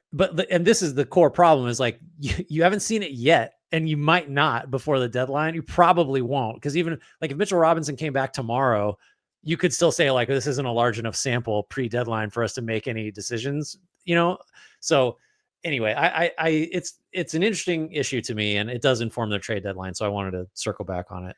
Most likely player to be traded. Having said all that, I honestly don't know. Is it? I guess I have Precious just because or it's Mitch or Precious, right? Or honestly, no, I'm gonna go with Sims. I think that's maybe they send him off so that it makes it easier for them to take in, like, another contract, or just as part of, like, a minimum swap. But I'm gonna ask you this: would you do?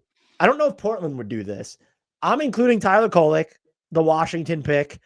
I would consider including the 2030 swap. I just don't think 26 will move the Blazers at all.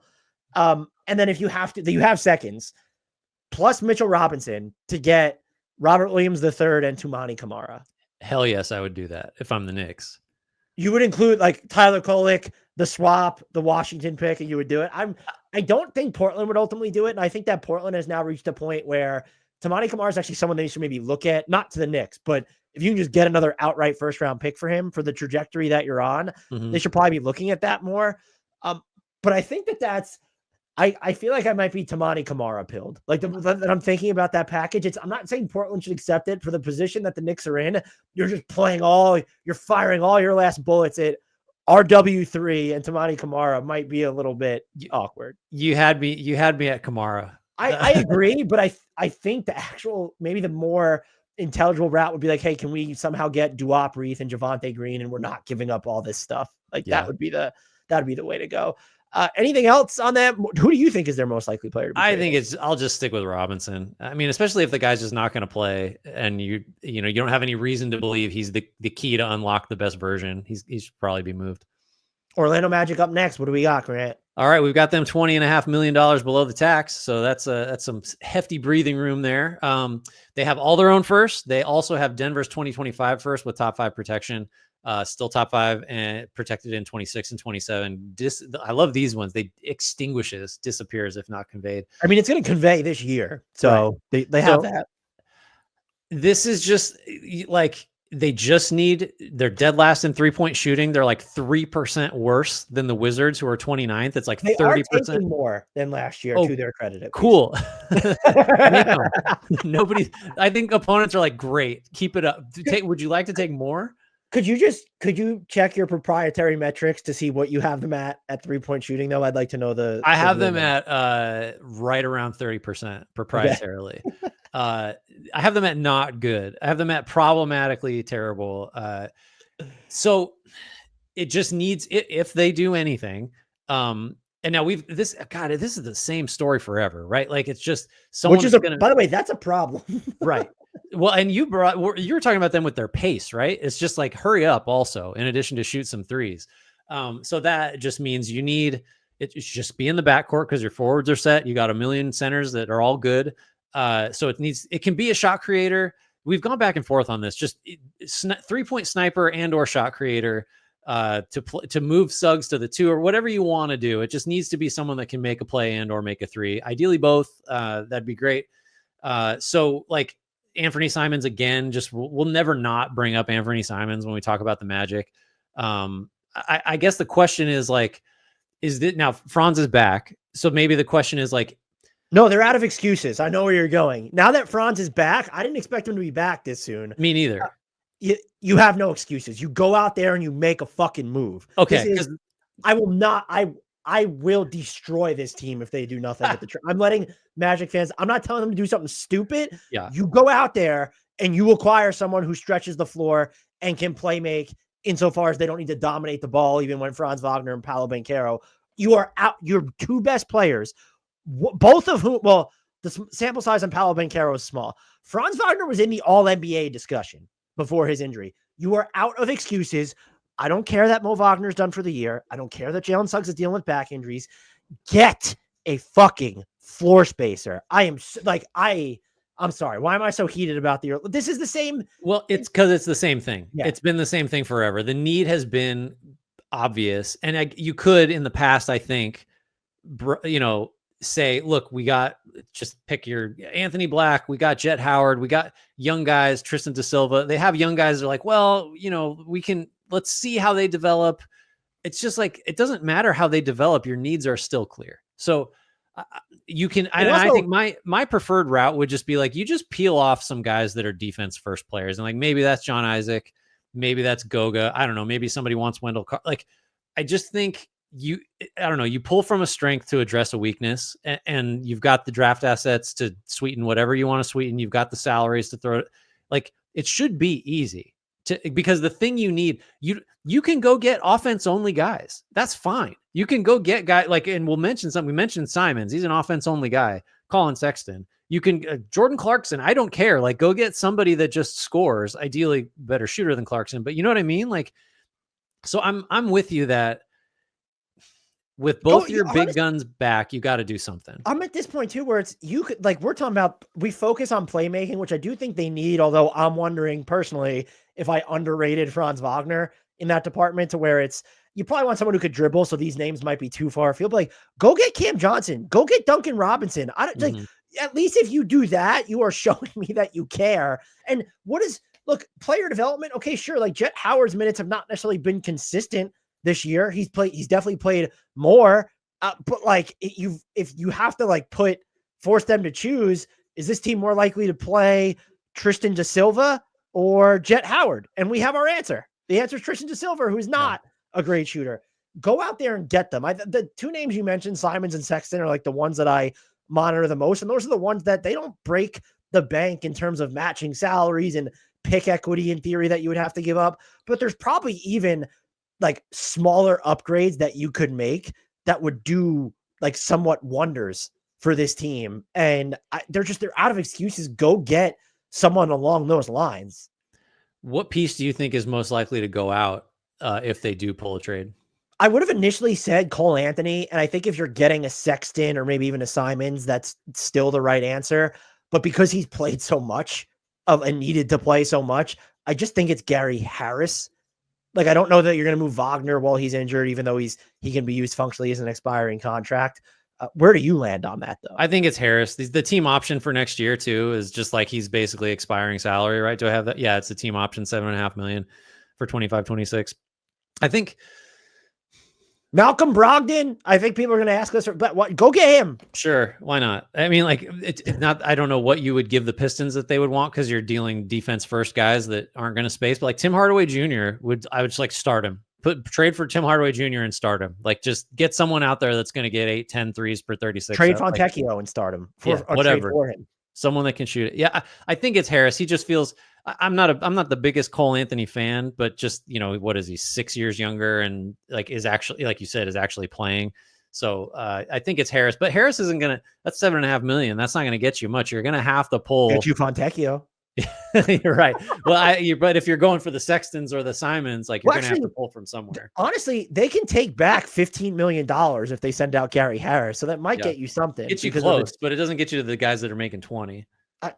Good. You have other stuff to do it. Go do it. And it's just, it needs to at least be, I'm not saying it needs to be a household name, just someone who moves your offensive needle, please. Agree. Our next team, which is also my team, we are on to the Toronto Raptors.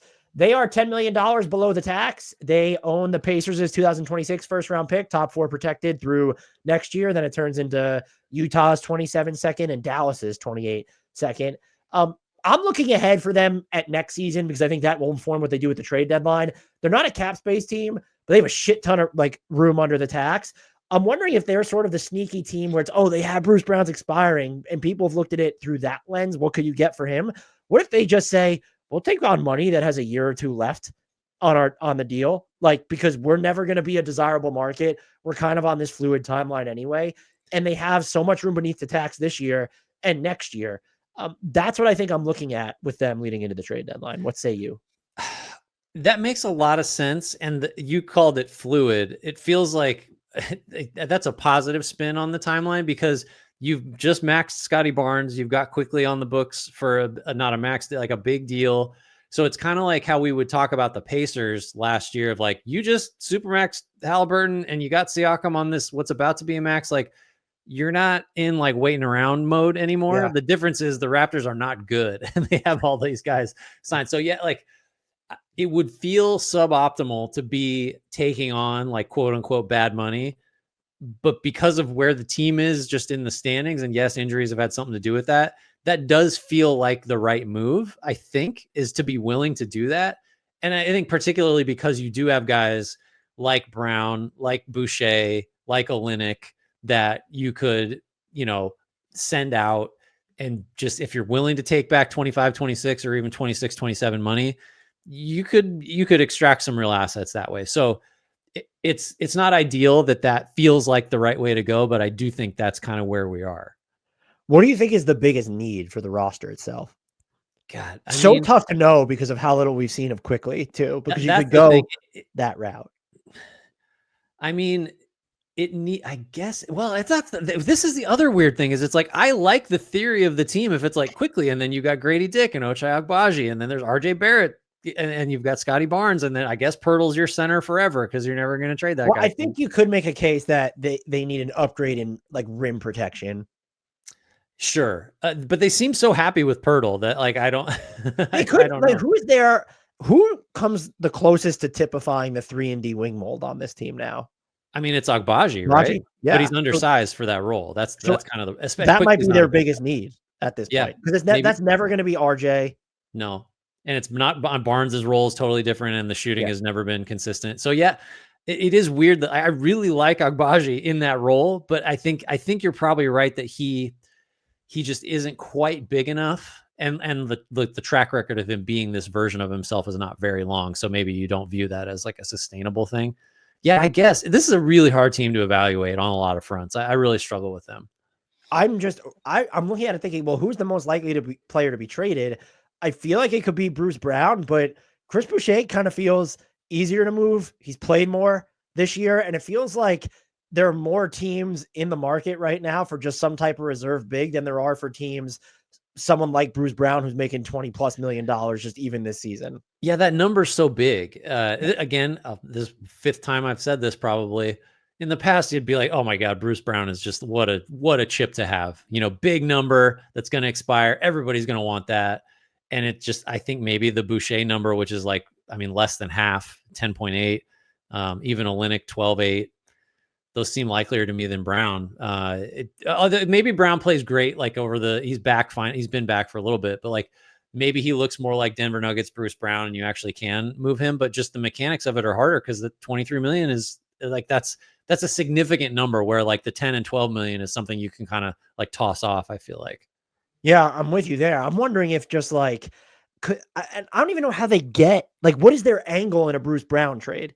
Like, you hoping to get draft compensation, or like I mentioned before, is it, oh, we're like kind of okay with someone who has money on the books and then they could kind of help us? And then what's sort of they also, by the way, because they're so far below the tax, like they can just take that, like send someone in the non-taxpayer mid-level exception is my point. So maybe you're sending someone out who's semi-cheaper and like you're taking in like someone who's around that number. That feels more like you could go, like, I don't even know. Like the Lakers looking to get off like a Gabe Vincent type contract. I don't like a Vanderbilt or Vanderbilt, but like those players aren't players you're probably interested in monitoring long term.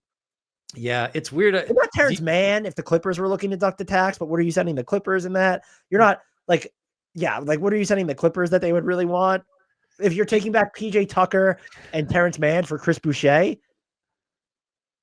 sure. Like, I don't know what that does for anybody. I can see what it does for the Clippers. Do you think it would be easier to move Brown if you were making like 43 instead of 23? What, you just want them to trade for Zach LaVine? I don't Well, understand. it's just like who's the guy that's making 23-ish on a multi-year deal that a team is like, we got to get off this. It's that's not like that's a weird like nether region of salary slot where it's like those aren't, I mean, the Lakers probably have two of them on the books right now, Vanderbilt and Vincent, so that's impressive. But like those aren't traditionally like bad deal. That's what I mean. Like if it were 40, like, yeah, sure. We can find some 40, 45. We could find, that's where the, like, I don't know, just like Tobias Harris last year, it'd be like, oh yeah, we'll do it. Sure. Or 2 years ago, I guess, cause he was expiring last year.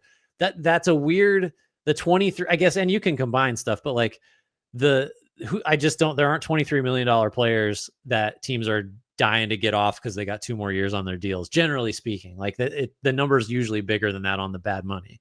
No, I mean, like maybe the Heat want to get off of Terry Rozier. We did Rozier again. Yeah, that's another one. That's actually a pretty good one.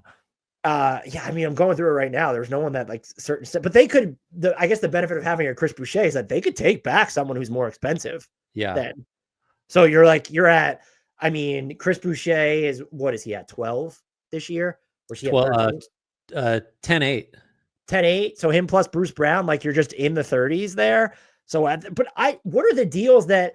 Well, would you do this if you just trade them for Jeremy Grant? And I'm getting motivation there is just saying, "Oh, we fucked up with Grant. Well, we don't want that deal on our books." So let's say they're willing to do that. They're probably not. That's a lot of egg on their face. I think. I'm gonna need a first if I'm Toronto. Yeah, you're telling me to take on 30. What is it? 5 for 160. We're like what in year 2 of that extension? I'm gonna need something. I mean, that's like. What is the team that then is willing to use a first to lop off money? Like, you're not going to do that with CJ McCollum in New Orleans. That's another guy. Yeah, I didn't think about him. Yeah, where are the bad contracts? This is another problem. We don't have enough bad contracts anymore. That's making this harder too. Well, you think would the Kings give you a first to get off the Sabonis money that you think is toxic? Or if things had gone really bad, maybe you just send DeRozan back into the Bruce Brown slot in Toronto. Just have a nice reunion there. I don't know. I don't know. I think the more likely bet is like, okay, it's just Bruce Brown in a vacuum for somebody in seconds. I just don't even know what team that is, though. Well, that leads to like someone like Boucher is just probably more likely to be traded, right? It's just easier. Yeah, and I think he has more standalone value. Like if you're looking for this season, I would argue right now he has more value than Bruce Brown does. Yeah, because I have no idea what he's shooting from three, but the theory of Chris Boucher involves, I don't have my proprietary 3-point shooting. He was on a heater. So if we only use like the last, 2 weeks or something, I think he might be shooting like 50% from three. What I was going to say is there's a lot of teams with the Clippers are one, got conventional big handled. Zubats is awesome. Zubats has shot 2 threes in the last 4 years. Mo Bamba's shooting like 30%. So like, okay, yeah, Chris Boucher could come in and be sort of what Mo Bamba was supposed to. He's at 35.6%. So that's like high enough. And his per 36 minute rate, yeah, it is an all-time. Oh, it's close to an all-time high. 7.9 attempts per 36 minutes. I mean, what did you say, Boucher said? Well, I have his number pulled up. He's at 10.8. I mean, the Clippers might be looking to duck the tax. So it's like, would you attach? Don't they have like a couple nifty or a second available, like PJ Tucker and small salary X to duck the tax in exchange for Chris Boucher? That's a win-win right there. Well, how's it a win for the Raptors? No, I mean, that's a win-win for the Clippers, not so much for the Raptors. I guess we're getting the second, whatever. The Clippers, well, they have no incoming pick, so I must be wrong about they can trade. So would you do as the Clippers 2031 second, PJ Tucker, and like what's the other Bones Highland, I guess, for Chris Boucher? I'd do that. But your point about why the Raptors are doing that, I guess if it's just because you can't do any better than that for Boucher, like maybe 2031 second. I guess I would consider it. I'd probably want a little bit more back. or a nearer term pick. That seems like the type of move the Raptors are going to end up making, though. Yeah, I agree with that. Would you honestly though? Would you do what is Terrence Mann's value in a vacuum? Because it's just not that high to the Clippers at the moment. But I could see some teams, the Raptors being one of them, thinking he has value. But if you're the Clippers, you're not trading him straight up for a Chris Boucher, right? Or even if it's Terrence Mann and Bones Highland for Chris Boucher, are you doing that? Maybe. I mean, you're really obliterating your secondary ball handling. Right? Yeah, that is an issue. I guess it would depend on if they think how much they think Boucher is going to play one, and if they really do feel like they need. Again, this is another like how many minutes is Boucher going to play in the games that matter. I like the different dimension he would offer, but then maybe you would just say as the Clippers, like, well, Mo Bamba could run hot enough to make the difference between his current hit rate and Boucher's 35% like negligible. I don't know. I like Boucher better than Bamba, so it would be an upgrade. I think it would. If you told me Kawhi was like fine, which I would say like, Dan, have you seen his last decade of his career? Then you could deal with losing some ball handling. But honestly, I don't think I'd do it if I'm LA in that situation. Just because even just having Terrence Mann on the books through next season, for salary matching purposes, like I think he'll always have more standalone value than Boucher at these stages of their career. Yeah, that's probably true. So I'm trying to see if like the Tucker, I mean, you could just do Tucker and the second for Boucher, but if you're not really ducking the tax in that scenario, because if you get a 2031 second round pick for Chris Boucher, I mean, that's probably fringe. I don't know. That's a tough one. I do think he's the most likely player to be traded, though. I agree with that. That's the only thing we've established on this whole team. For our next team, the Washington Wizards. Buyers, right? I mean, you gotta, so 12 million below the tax. Their 25 first is going to the Knicks with top 8 protection, or top 10, then top 8. They do have a trade exception still from the Daniel Gafford deal. That's worth 12.4 million. They can be a cap space team this summer. Who knows? Keep going. I was just gonna say, who knows how valuable that is to them, given where they are in the rebuild, and like, they're not a free agent destination and don't care to be, I don't think, anytime soon. So the question then is just like, how much of that hypothetical cap space are they willing to see disappear if there's the right trade that brings bad money with picks attached? Are those offers even out there right now? I think the real thing for them is just like, what can you get for the adult in the room veterans that you may or may not need anymore? That is an interesting issue we can talk about. Like when you decide that the young guys whose habits and stuff you care about are like okay to the point where you can trade your adults and your culture setter guys. I don't know. Like that's something we just don't really talk about that much. But Valanciunas, Brogdon, Kuzma's a little different category, but just like Kispert. But actually, can Kispert be traded? He's poison pilled, but yeah, Poison pilled, right? So, just what do you get for those guys? And that's kind of it for them, right? I don't want to oversimplify it. Yeah, I'm just. Are any of them? And it's really only like, is Kuzma still getting you a first round pick based off this season? Not for me. I don't know. I don't know who's who. I don't know who's. So your proprietary metrics would say he's not worth a first round pick. I have it written down, not worth a first rounder on my locked up. So you would have to view like there's going to be either getting out, I guess, from some of the back end of the deal, even though it's not a bad deal, and maybe some nice second. I can't see them doing that, but you could also argue, have you reached the point where there's value in just not having his usage on the team as you're developing everybody else? Yeah. I mean, like, I think I just want, if I'm the Wizards, I think I would love it if Kyle Kuzma were just not on my roster. If I could get anything for him, that'd be super, but I just don't know what the market is for him right now. And like, to be fair, this might just be a situation where once he's on another team, he's not this guy anymore. Right. Which actually maybe that should be the expectation. So I'm being too hard on him, but I think like, well, let's talk about Valanciunas, because the second that deal was done, he was there to be traded. He's going to get you 1 second, right? Maybe 2. I don't know. I just don't know. And that's like the big business for them of the deadline is, can you get maybe 2 seconds for him? Because the first is off the table. Would you agree? Yeah. I mean, unless part of that appeal is what contract are you taking back? That's so toxic. Or it's just a complete Jeremy Grant deal. Like you're sending out Malcolm Brogdon and Jonas Valanciunas to get back Jeremy Grant. There you go. Yeah, finally we found a taker for Jeremy Grant. And the Wizards, by the way, could justify just not caring about how good they are for like 3 more years. So that there's a fit. I'm just with them. I would just, whatever seconds you could get for him and Brogdon, I'd probably be okay with. I don't know if he'll get you 2 seconds though. Valanciunas, I think Brogdon maybe could. But maybe, again, maybe part of the appeal is like what type of so let's use Brogdon as an example. This is what I was going to ask you. What'd you do if you're the Clippers, Mann, Tucker, and Highland for Malcolm Brogdon? What's Brogdon's at like 22? 2.5. So the Clippers still do duct attacks in that scenario, by the way. But I'm getting Mann, Tucker, and Bones. And am I as the Wizards, am I getting a second, 2 seconds? No, if I'm the Clippers, I'm not giving. First of all, the Clippers have 1 second. Is 2031. I'm not giving up that for. Would you take PJ Tucker into your non-taxpayer mid-levels, the Wizards, if you're getting Los Angeles's 2031 second? Gosh, it's so just like we're talking about 2031 second round picks. I guess if you're not, I suppose I would take whatever assets I could get. Brogdon's expiring. Maybe you can flip. I mean, maybe like Bones Highland as a flyer for them isn't, because I think if they're going to take a flyer or like, because I don't think they should be buyers, even though you said that at the top they should.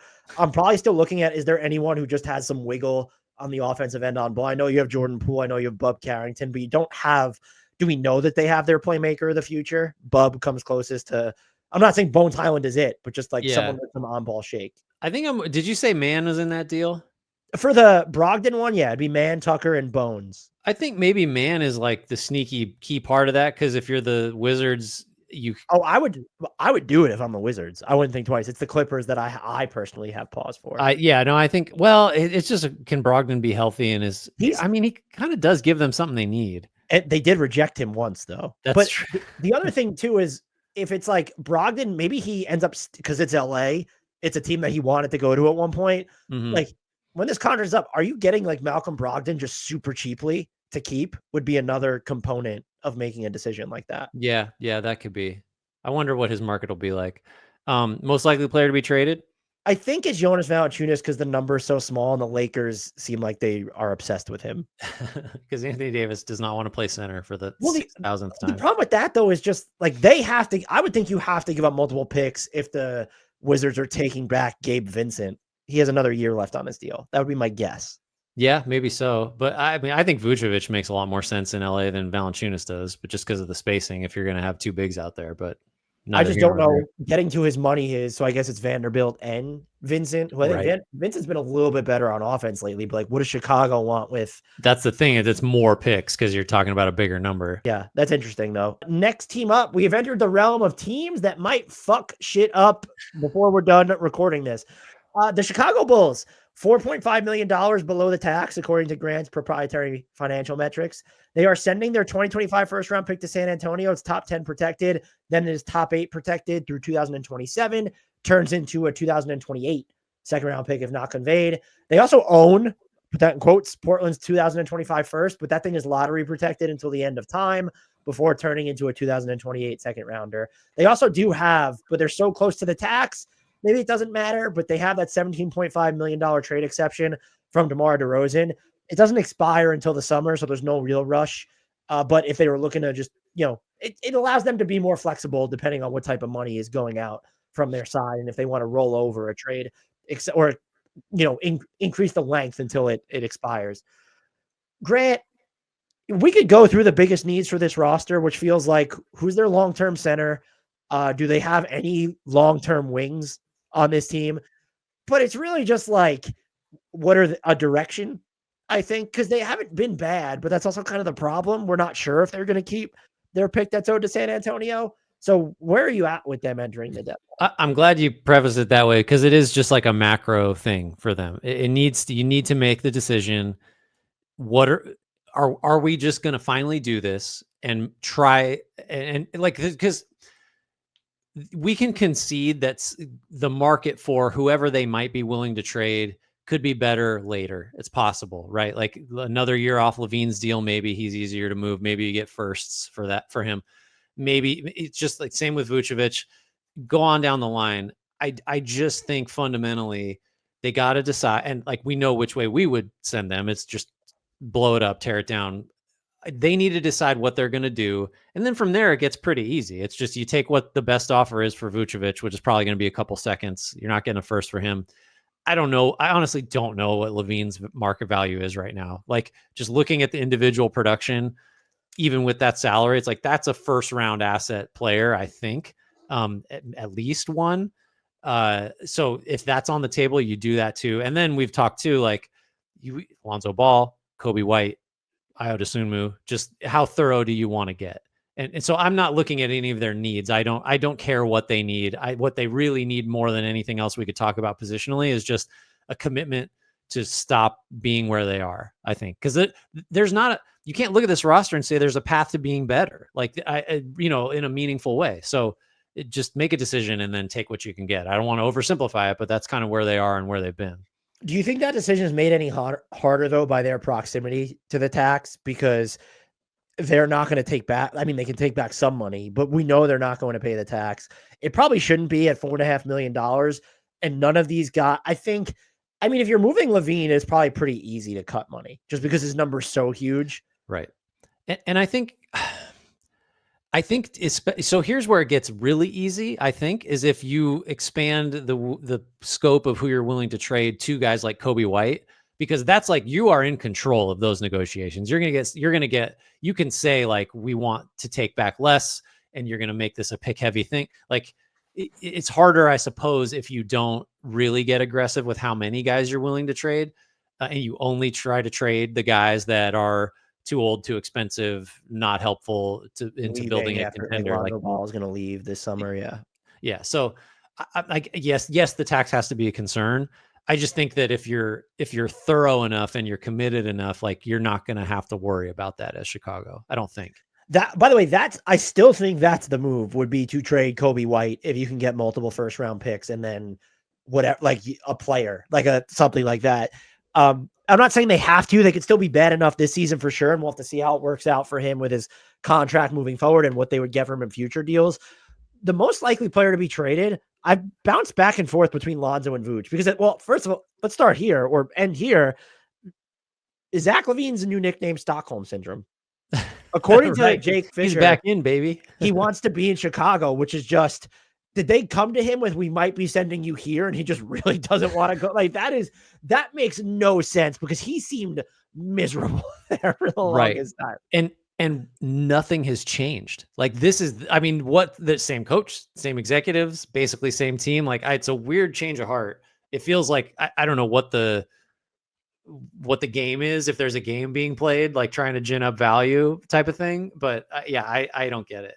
I think it's Vucevic is most likely to be traded. Just, we've heard plenty of rumors about him. He's kind of the poster boy for, like, if we're going to get off the treadmill, he's the guy to go.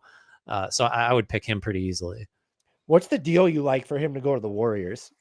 It can just be, you can get the salary however you want. I think it's got to be like, doesn't it need to be 3 for 1? Or I think, yeah, because you got to, I don't have the numbers up right. Peyton and Looney, and then you maybe throw in, I'm trying to think who the obvious third guy is. Don't you dare say Guy Santos or Can't trade him. Can't trade that guy.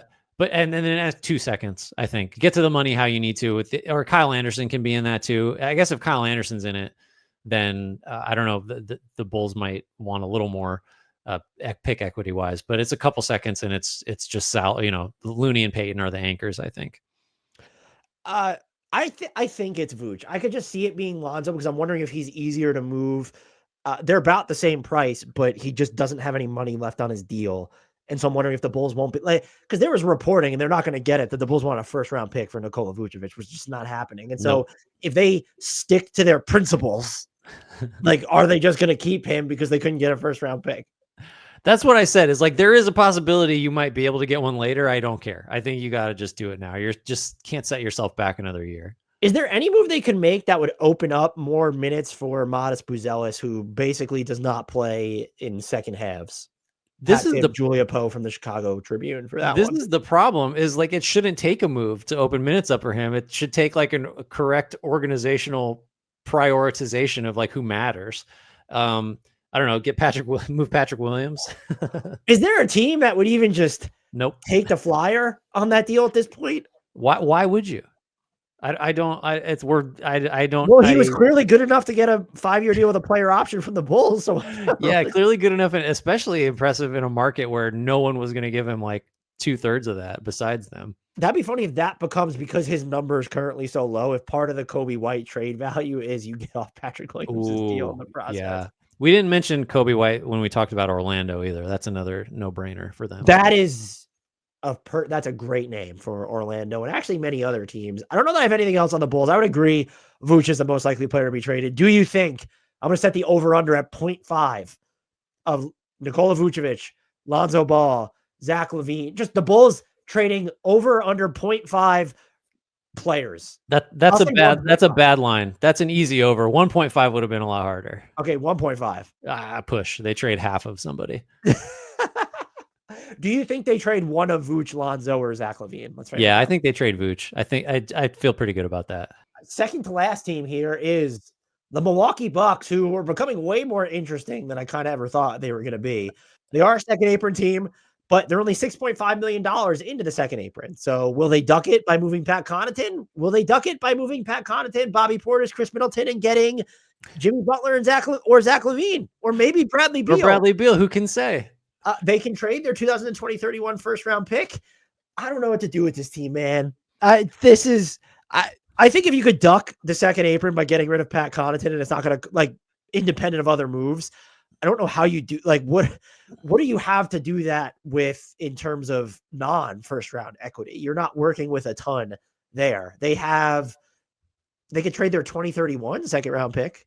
Like, is that getting Pat Connaughton, who has a player option for next year, off your books? Man, I mean, that's really the only second they have. Is that right? I like that you assume I'm wrong, but that is correct. No, it's just like, because I was all ready to say, Connaughton's clearly the most obvious guy to be traded. Because you just get into the second apron, then you can you can aggregate as long as you don't go over. Man, that's tough. Aren't you surprised that it is surprising and it isn't, that they're looped into so many of these big deals just because of how coming into the season, it was just like, they can't do anything. They're so inflexible.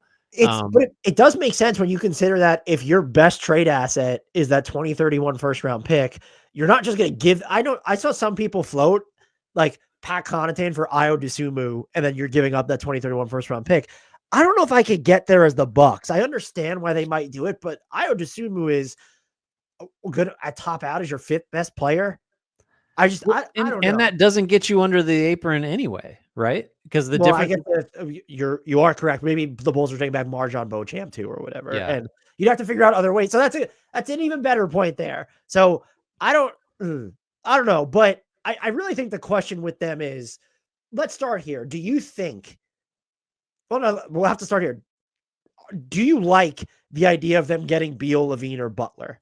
If you're this team, are you, for what it's going to cost you, the 2031 pick, those other three players, are you doing that? I will say, I don't understand. With Bradley Beal, what is the appeal with Bradley Beal when he has that no trade clause? Is it that they would be getting picks back? And that's because you're not giving up the 2031 first. So you'd be ducking the second apron and then in theory getting picks while acquiring Bradley Beal. I don't see the Beal thing for them from any standpoint. I think Levine, I get it. That makes some sense. Would you give up your 2031 pick for Levine though? And Middleton's going out, and that has to go out in that too, right? I might because maybe Middleton just is at a point where even though his number is lower, Levine is just more valuable, like dollar for production going forward. And you have to be pretty significantly more valuable to justify the 2031 going out. Levine, I think of those guys as the only one I do it for. The Butler fit is just like, it's weird. And I don't know. Maybe that's wrong. Maybe it should just be Butler should be the guy that they should want. Levine feels the safest. How about that? Maybe it's just me being risk averse that if I had to get one of those three guys on the roster and it costs the 2031, I think I feel best about Levine, and I don't love it. Do you like Levine is also, I guess in theory, you could game the Levine deal differently to where, okay, Middleton still gone, but could you figure out a way, like, are you sending out enough contracts with Connaughton and Middleton to keep Bobby Portis, who not great this year, but like does feel, because like, what are you doing with backup big? Or you just say, well, no, that's Giannis now. So we have the Brook and the Giannis minutes, but then we have like those two are just going to be staggered and solo. Yeah, it gets tough. Portis is too important to the rotation is the problem. Like, and that's just what happens when. I think you probably could send out enough money if it was Levine but you're not, the problem is there though, you're not going to then duck the second apron. So if you're aggregating, you need to duck the second apron. That's the importance of moving the Portis. Like you need to shave $6.5 million while matching. So you basically need to send out like 51 million bucks to get Levine while not including Bobby Portis. That's like, I think that would probably be like 5 or 6 rotation players at that point. Right. And now you're just expanding the deal to like 6 teams because you can't be doing 4-for-1s all over the place. It gets real complicated. I mean, anything they do, if it's a multi-team thing, is going to be really complicated, but hypothetically doable. Yeah, I mean, I'm currently at 5 players: Chris Middleton, Marjon Beauchamp, DeLon Wright, AJ Green just as a number placeholder, and the Bucks would still be a second apron team afterwards. So that's it. That's where it gets. I think I would do it though. I'd give up the 2031 first to get Butler and or Levine. If you told me I was getting picks for Bradley Beal and you're just resigned, we'll ride out his no trade clause. I don't know. I don't think you could talk me into it. I don't think I could do it. Just like how many am I getting? Again, how easily can I? You know the picks that are in play. It's the 3 picks that the Suns have. Yeah. But how many of those are you because Miami's not going to punt on getting any picks. So let's say they get 2 of those. I mean, the logic would be the same as it is for Phoenix, which is at least now you have multiple sweeteners. Your rating of their sweetness may vary because they're going to be not great, but like at least you add the ability to do like more than one thing flexibility wise, which is part of the appeal to Phoenix, even if they do just bundle all those up. Salary?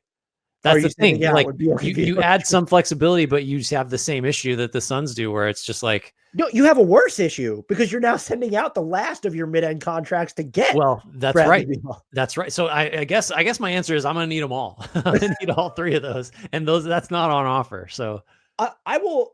I think if you were getting all 3, maybe that warrants a conversation. I I don't know that I understand the theory of Bradley Beal on this team, because I know he can be a better player than we've seen in Phoenix, but like Zach LaVine makes more sense offensively on a team that has Giannis and Dame than Bradley Beal does to me. Unless you think that, like, I honestly don't like. Can you throw the picks out of the equation? What makes Bradley Beal a better fit than Zach LaVine on this Bucks team, other than gettability? Is that what it is? No, yeah. If you're just asking, like, that is it. I mean, how gettable? Yeah, Levine is just a better player at all the things that Beal is good at, right? Like Zach LaVine's more durable. When's the last time I mean, that's a wild thing to You could contemplate. But I maybe feel make the comfortable case with that if you really put the ball in Bradley Beal's hands, he might be the better playmaker, but he's making more money too. So it really is, for Beal, at the very least, you're not giving up your 2031 first round pick. And if you're getting LaVine, I'm assuming that you are giving up. Yeah, I guess that's the argument. That would be the case you'd make. That's the difference, essentially.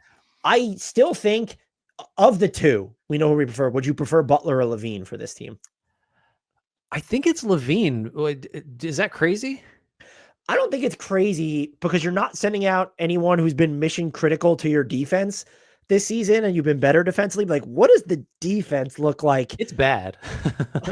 But you're really, like, you're banking on Taurean Prince and Gary Trent Jr. and like Andre Jackson and who am I forgetting? AJ Green has had some you're just really, a lot of those guys, their lifts that are already outsized relative to their roles get heavier. I think Giannis's job for what he does too gets a lot more difficult. Ditto for Brook Lopez.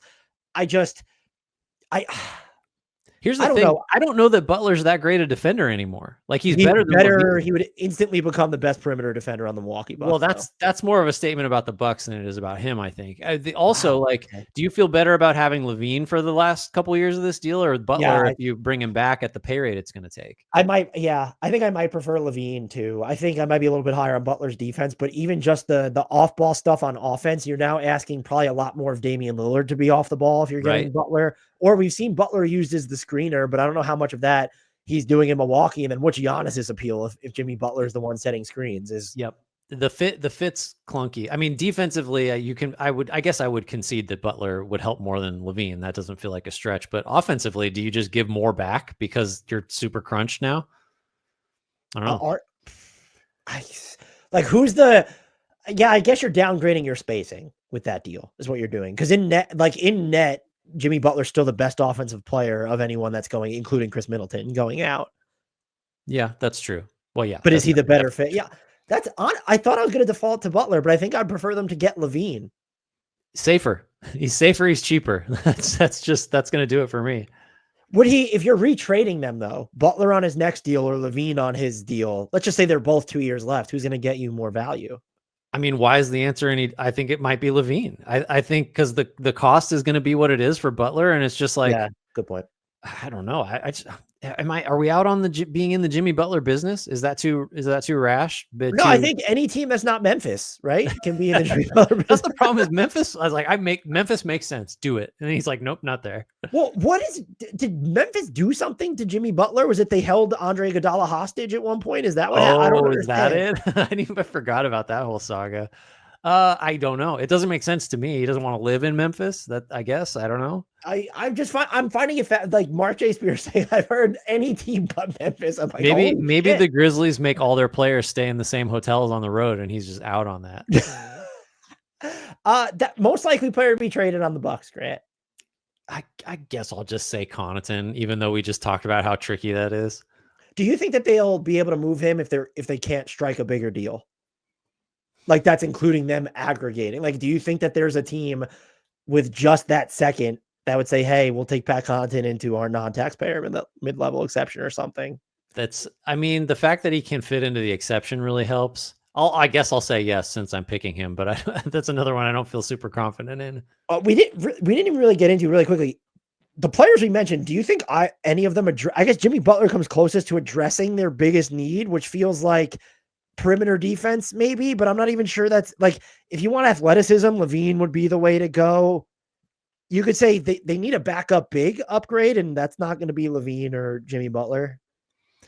Yeah, I mean, it's just we need a guy that kind of does the Andre Jackson things, but is more of an offensive threat, I suppose, which I guess Butler sort of fits that better than anyone because we've conceded he is, of the guys we've discussed, the best defender, but he's not like, he's got the size. He's not like an athletic wonder anymore by any stretch. But yeah, that type, it's been that for a while. That's why Jay Crowder was a thing there. They just like need someone to guard your combo forwards and your 2-3s. I do wonder how much the interest in Beal or Levine is born from what's happened with Chris Middleton and his health. And then if just because of the way that Giannis is on the ball, you don't have that conventional second initiator type guy aside from Dame.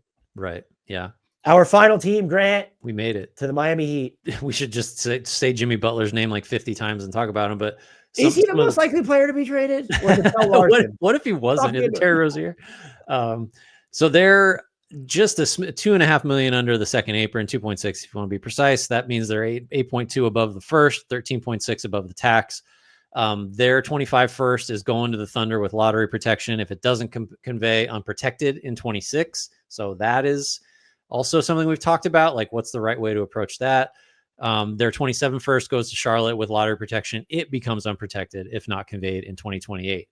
So we've got the Jimmy Butler saga. Obviously, their biggest need is that to go away one way or the other, like resolve it somehow. And then it's kind of like, I think we've agreed that they're not interested in tanking or I mean, they're for several reasons. They're not really in position to do it. It doesn't seem to serve their interests. So they're going to want present talent back. They also seem to not want long-term salary back, which is going to make this whole thing tricky. But I mean, if you're listening to us, surely you've heard more than you can handle of the Butler saga. And really for them, like, yeah, they're the newsiest team we're going to talk about, but it's relatively uncomplicated, right? It's just, they got to figure out the best Butler deal and then decide like what their priorities are. I think they've telegraphed some of that in a return package and where that positions them going forward. By the way, being run by Pat Riley, who's what, 80, pushing 80. And so they're going to be short-term thinkers. So I don't know where you want to start there. Well, I think we need like you can go back and listen to like one of a dozen episodes probably from us. Let's attack this from a different angle. He is the most likely player to be traded. Yes. Correct. In the league, right? Well, that might go a little far. I think New Orleans trading someone to get out of the tax might be just pick a player from there. We know that they're then going to try to at least remain competitive post Jimmy Butler. What is the archetype of player they need most when you're looking at this team through the window of Jimmy Butler is gone? We haven't talked about that. No, we haven't. So that's why I'm pausing for a second. I suppose, well, I guess it depends on whether you think Tyler Hero is going to be your primary playmaker and ball handler, which I think I think that you still probably answered the question though, because he probably is, at least no worse than like a number 2 type guy there. Mm-hmm.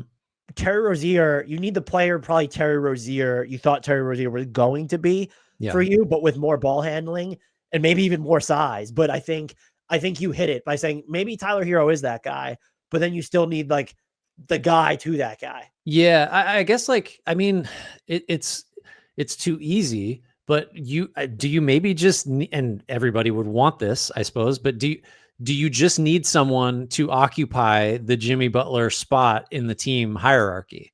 You know, like the go-to scorer that is going to guard. I mean, he doesn't do this as much as he used to, but is going to be the dude you throw at tough 3s and 4s and 2s in games that matter. Is it just, we need another star/superstar, or can you reorient this, which I think is maybe where it's going, around Bam and Hero? And you're talking like role player guys, 3-and-D wing types. Yeah. Again, back to the 3-and-D wings, that type of thing. I don't know.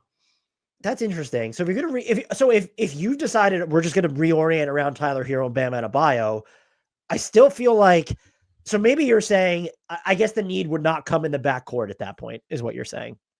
At least not if you're going to go in the backcourt, it needs to be like the LeBron, Cade, Luka. These guys are 6'7", 6'8". Wing. Yeah. It'd be a backcourt player nominally, but it would be a wing forward sized guy. Probably I'd say. And again, if Bam is your center, then shooting needs to be, I think, a premium. And maybe that lightens the playmaking burden if you want to go back to Bam being like a major facilitator.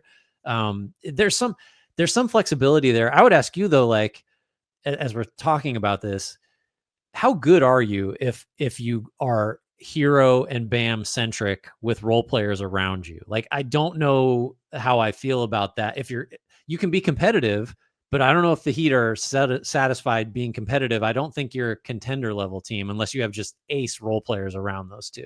Well, I mean, like the easy thing to look at would be, because isn't that essentially what they are when Jimmy Butler's off the court? And you could say, minus all the distractions, I suppose. I guess. Like, how do you weigh that? Right. You would, but because those minutes this year, they've not been good. They're minus 3.8 per 100 when Bam and Tyler Hero play without Jimmy, and they're in the 13th percentile of offensive efficiency. Now, what you could say is the remaining talent isn't yet optimized for that setup.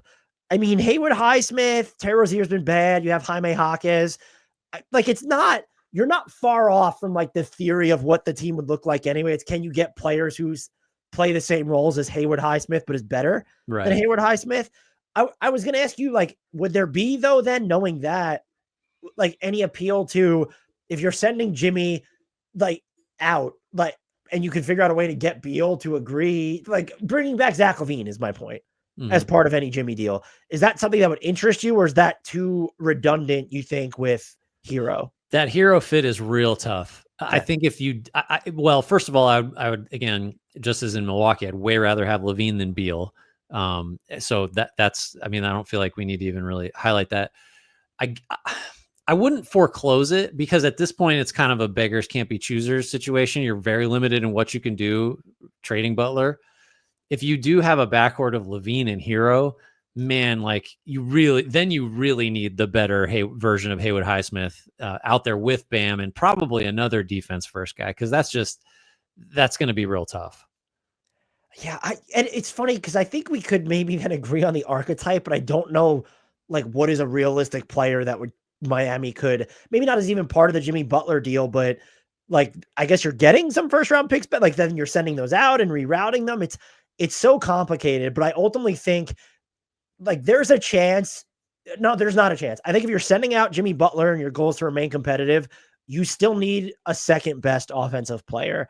And I mean that in the sense of, even if Bam Adebayo is your best all-around player, there are limitations if you're running offense through him. And unless there's just some theory of this team conceptually we have not seen yet where that would change, you could even argue they still need a best offensive player. That's where I was going to like push back a little bit. Is I think as much as Hero has improved, I think if Tyler Hero is your best offensive player, that team needs to have a lot of very specific things elsewhere in the rotation to make you, I don't know, to get you over like a 43-44 win kind of threshold, I think.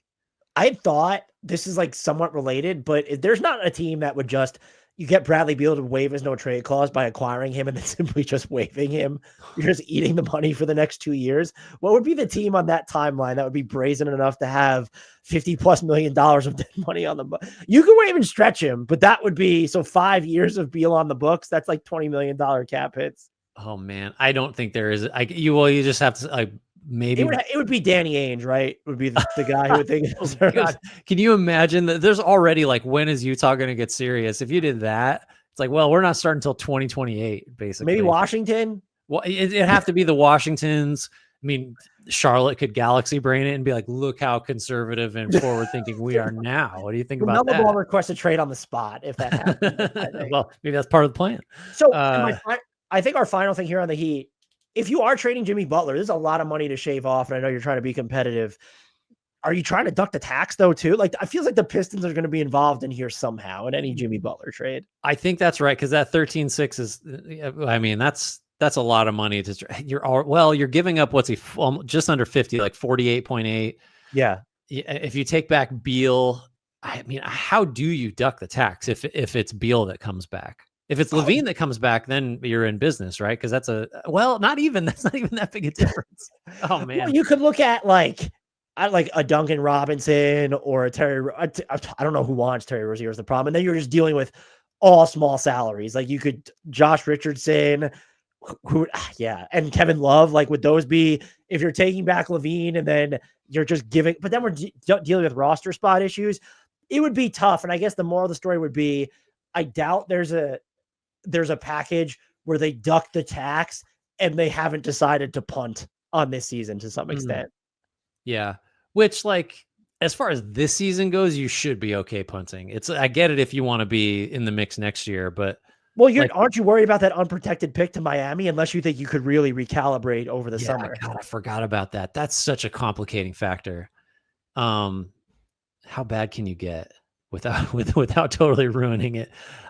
Man, where do we're going to make this go too long. So I forget what we decided would be ideal for the 25 and 27 protected first that they own. No, it's to convey it this year. You want it gone because you don't want the exposure of unprotected picks, right? Right. Because so right now, I mean, they are, what do they have? They have to be out of the lottery. How are they going to do this? They're in the lottery right now too. And I don't know how much better. Yeah. They could probably out tank the Spurs and the Bulls. And maybe the Sixers, but like even the Sixers have 5 more losses right now. I don't know. This is so fraught. Like they have to trade Jimmy Butler. They have to duck the tax. They have to get better so they keep the pick. That's impossible. Do you think that I know we said that he's the most likely player on this team to be traded. Is there any just outcome where you think that he finishes the season in Miami? This is one of my like new things that I love is just like, yeah, you're just going to stay here and you're going to be at home and we're going to let that money come off the books and we'll go forward without you. If it comes off the books, he would probably opt in. Oh my God. Can you imagine? I mean, he would have to, because he's not getting that. Well, it depends on. But the scenario you're outlaying is, so you get worse because Jimmy Butler's at home. Right. You don't convey the pick. And then you still have a disgruntled Jimmy Butler on your books entering the summer. This has gotten, I didn't think this is getting bleak. Yeah. I mean, I'm a fan of like risking it with guys like Brandon Ingram, for example, just like, yeah, we'll sign and trade or whatever, but that's a different situation. There's no option. I don't know, man. I just don't think there's any way that they can hit all 3 of those goals that we laid out. Here's what I'm rooting for, because I'm not really picking sides. I don't think anyone comes off looking particularly good in this situation. I hope, and I believe he'll be traded. If we had to predict, he'll be traded. I think so. Yeah. I hope it's not to Phoenix or Milwaukee. I just want it to be somewhere random. Honestly, the funniest outcome would be Memphis saying fuck it and trading for him anyway. We're going to Kawhi this thing. Like, except half a season instead of a full season. The problem is that like Jimmy Butler is that although we did think Kawhi was the type. Remember people were like, oh, is he going to report to Toronto at one point?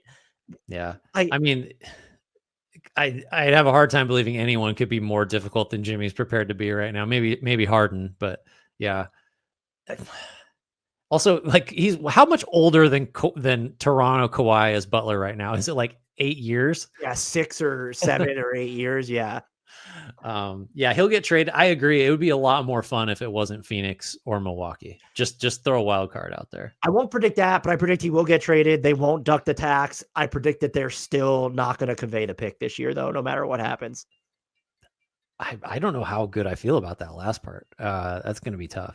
You think that I'm saying they won't convey the pick. Oh, no, that I agree. I agree with, which is a bad outcome. But yeah, I just don't see how they get improve enough to hold on to it. All right, we kept that super brief. How you feeling, Grant? Want to take us out of here? I feel like I'm glad we saved who knows what order you're going to be listening to this in, but I'm glad we saved the potentially dangerous teams for last. I think 2 hours plus is excellent for us to do 15 teams. I don't know what you're talking about. Thanks everybody for listening, for watching. If you're checking this out on YouTube, make sure you're leaving comments, make sure you're subscribed, hit that subscribe button, as they say. If wherever you're getting your podcast, please rate, review, and subscribe there. Leave us some positive comments, 5 stars, thumbs up, the whole thing. Tell your friends, tell your enemies. Shouts to Frank Ntilikina. Apologies to Jared Allen.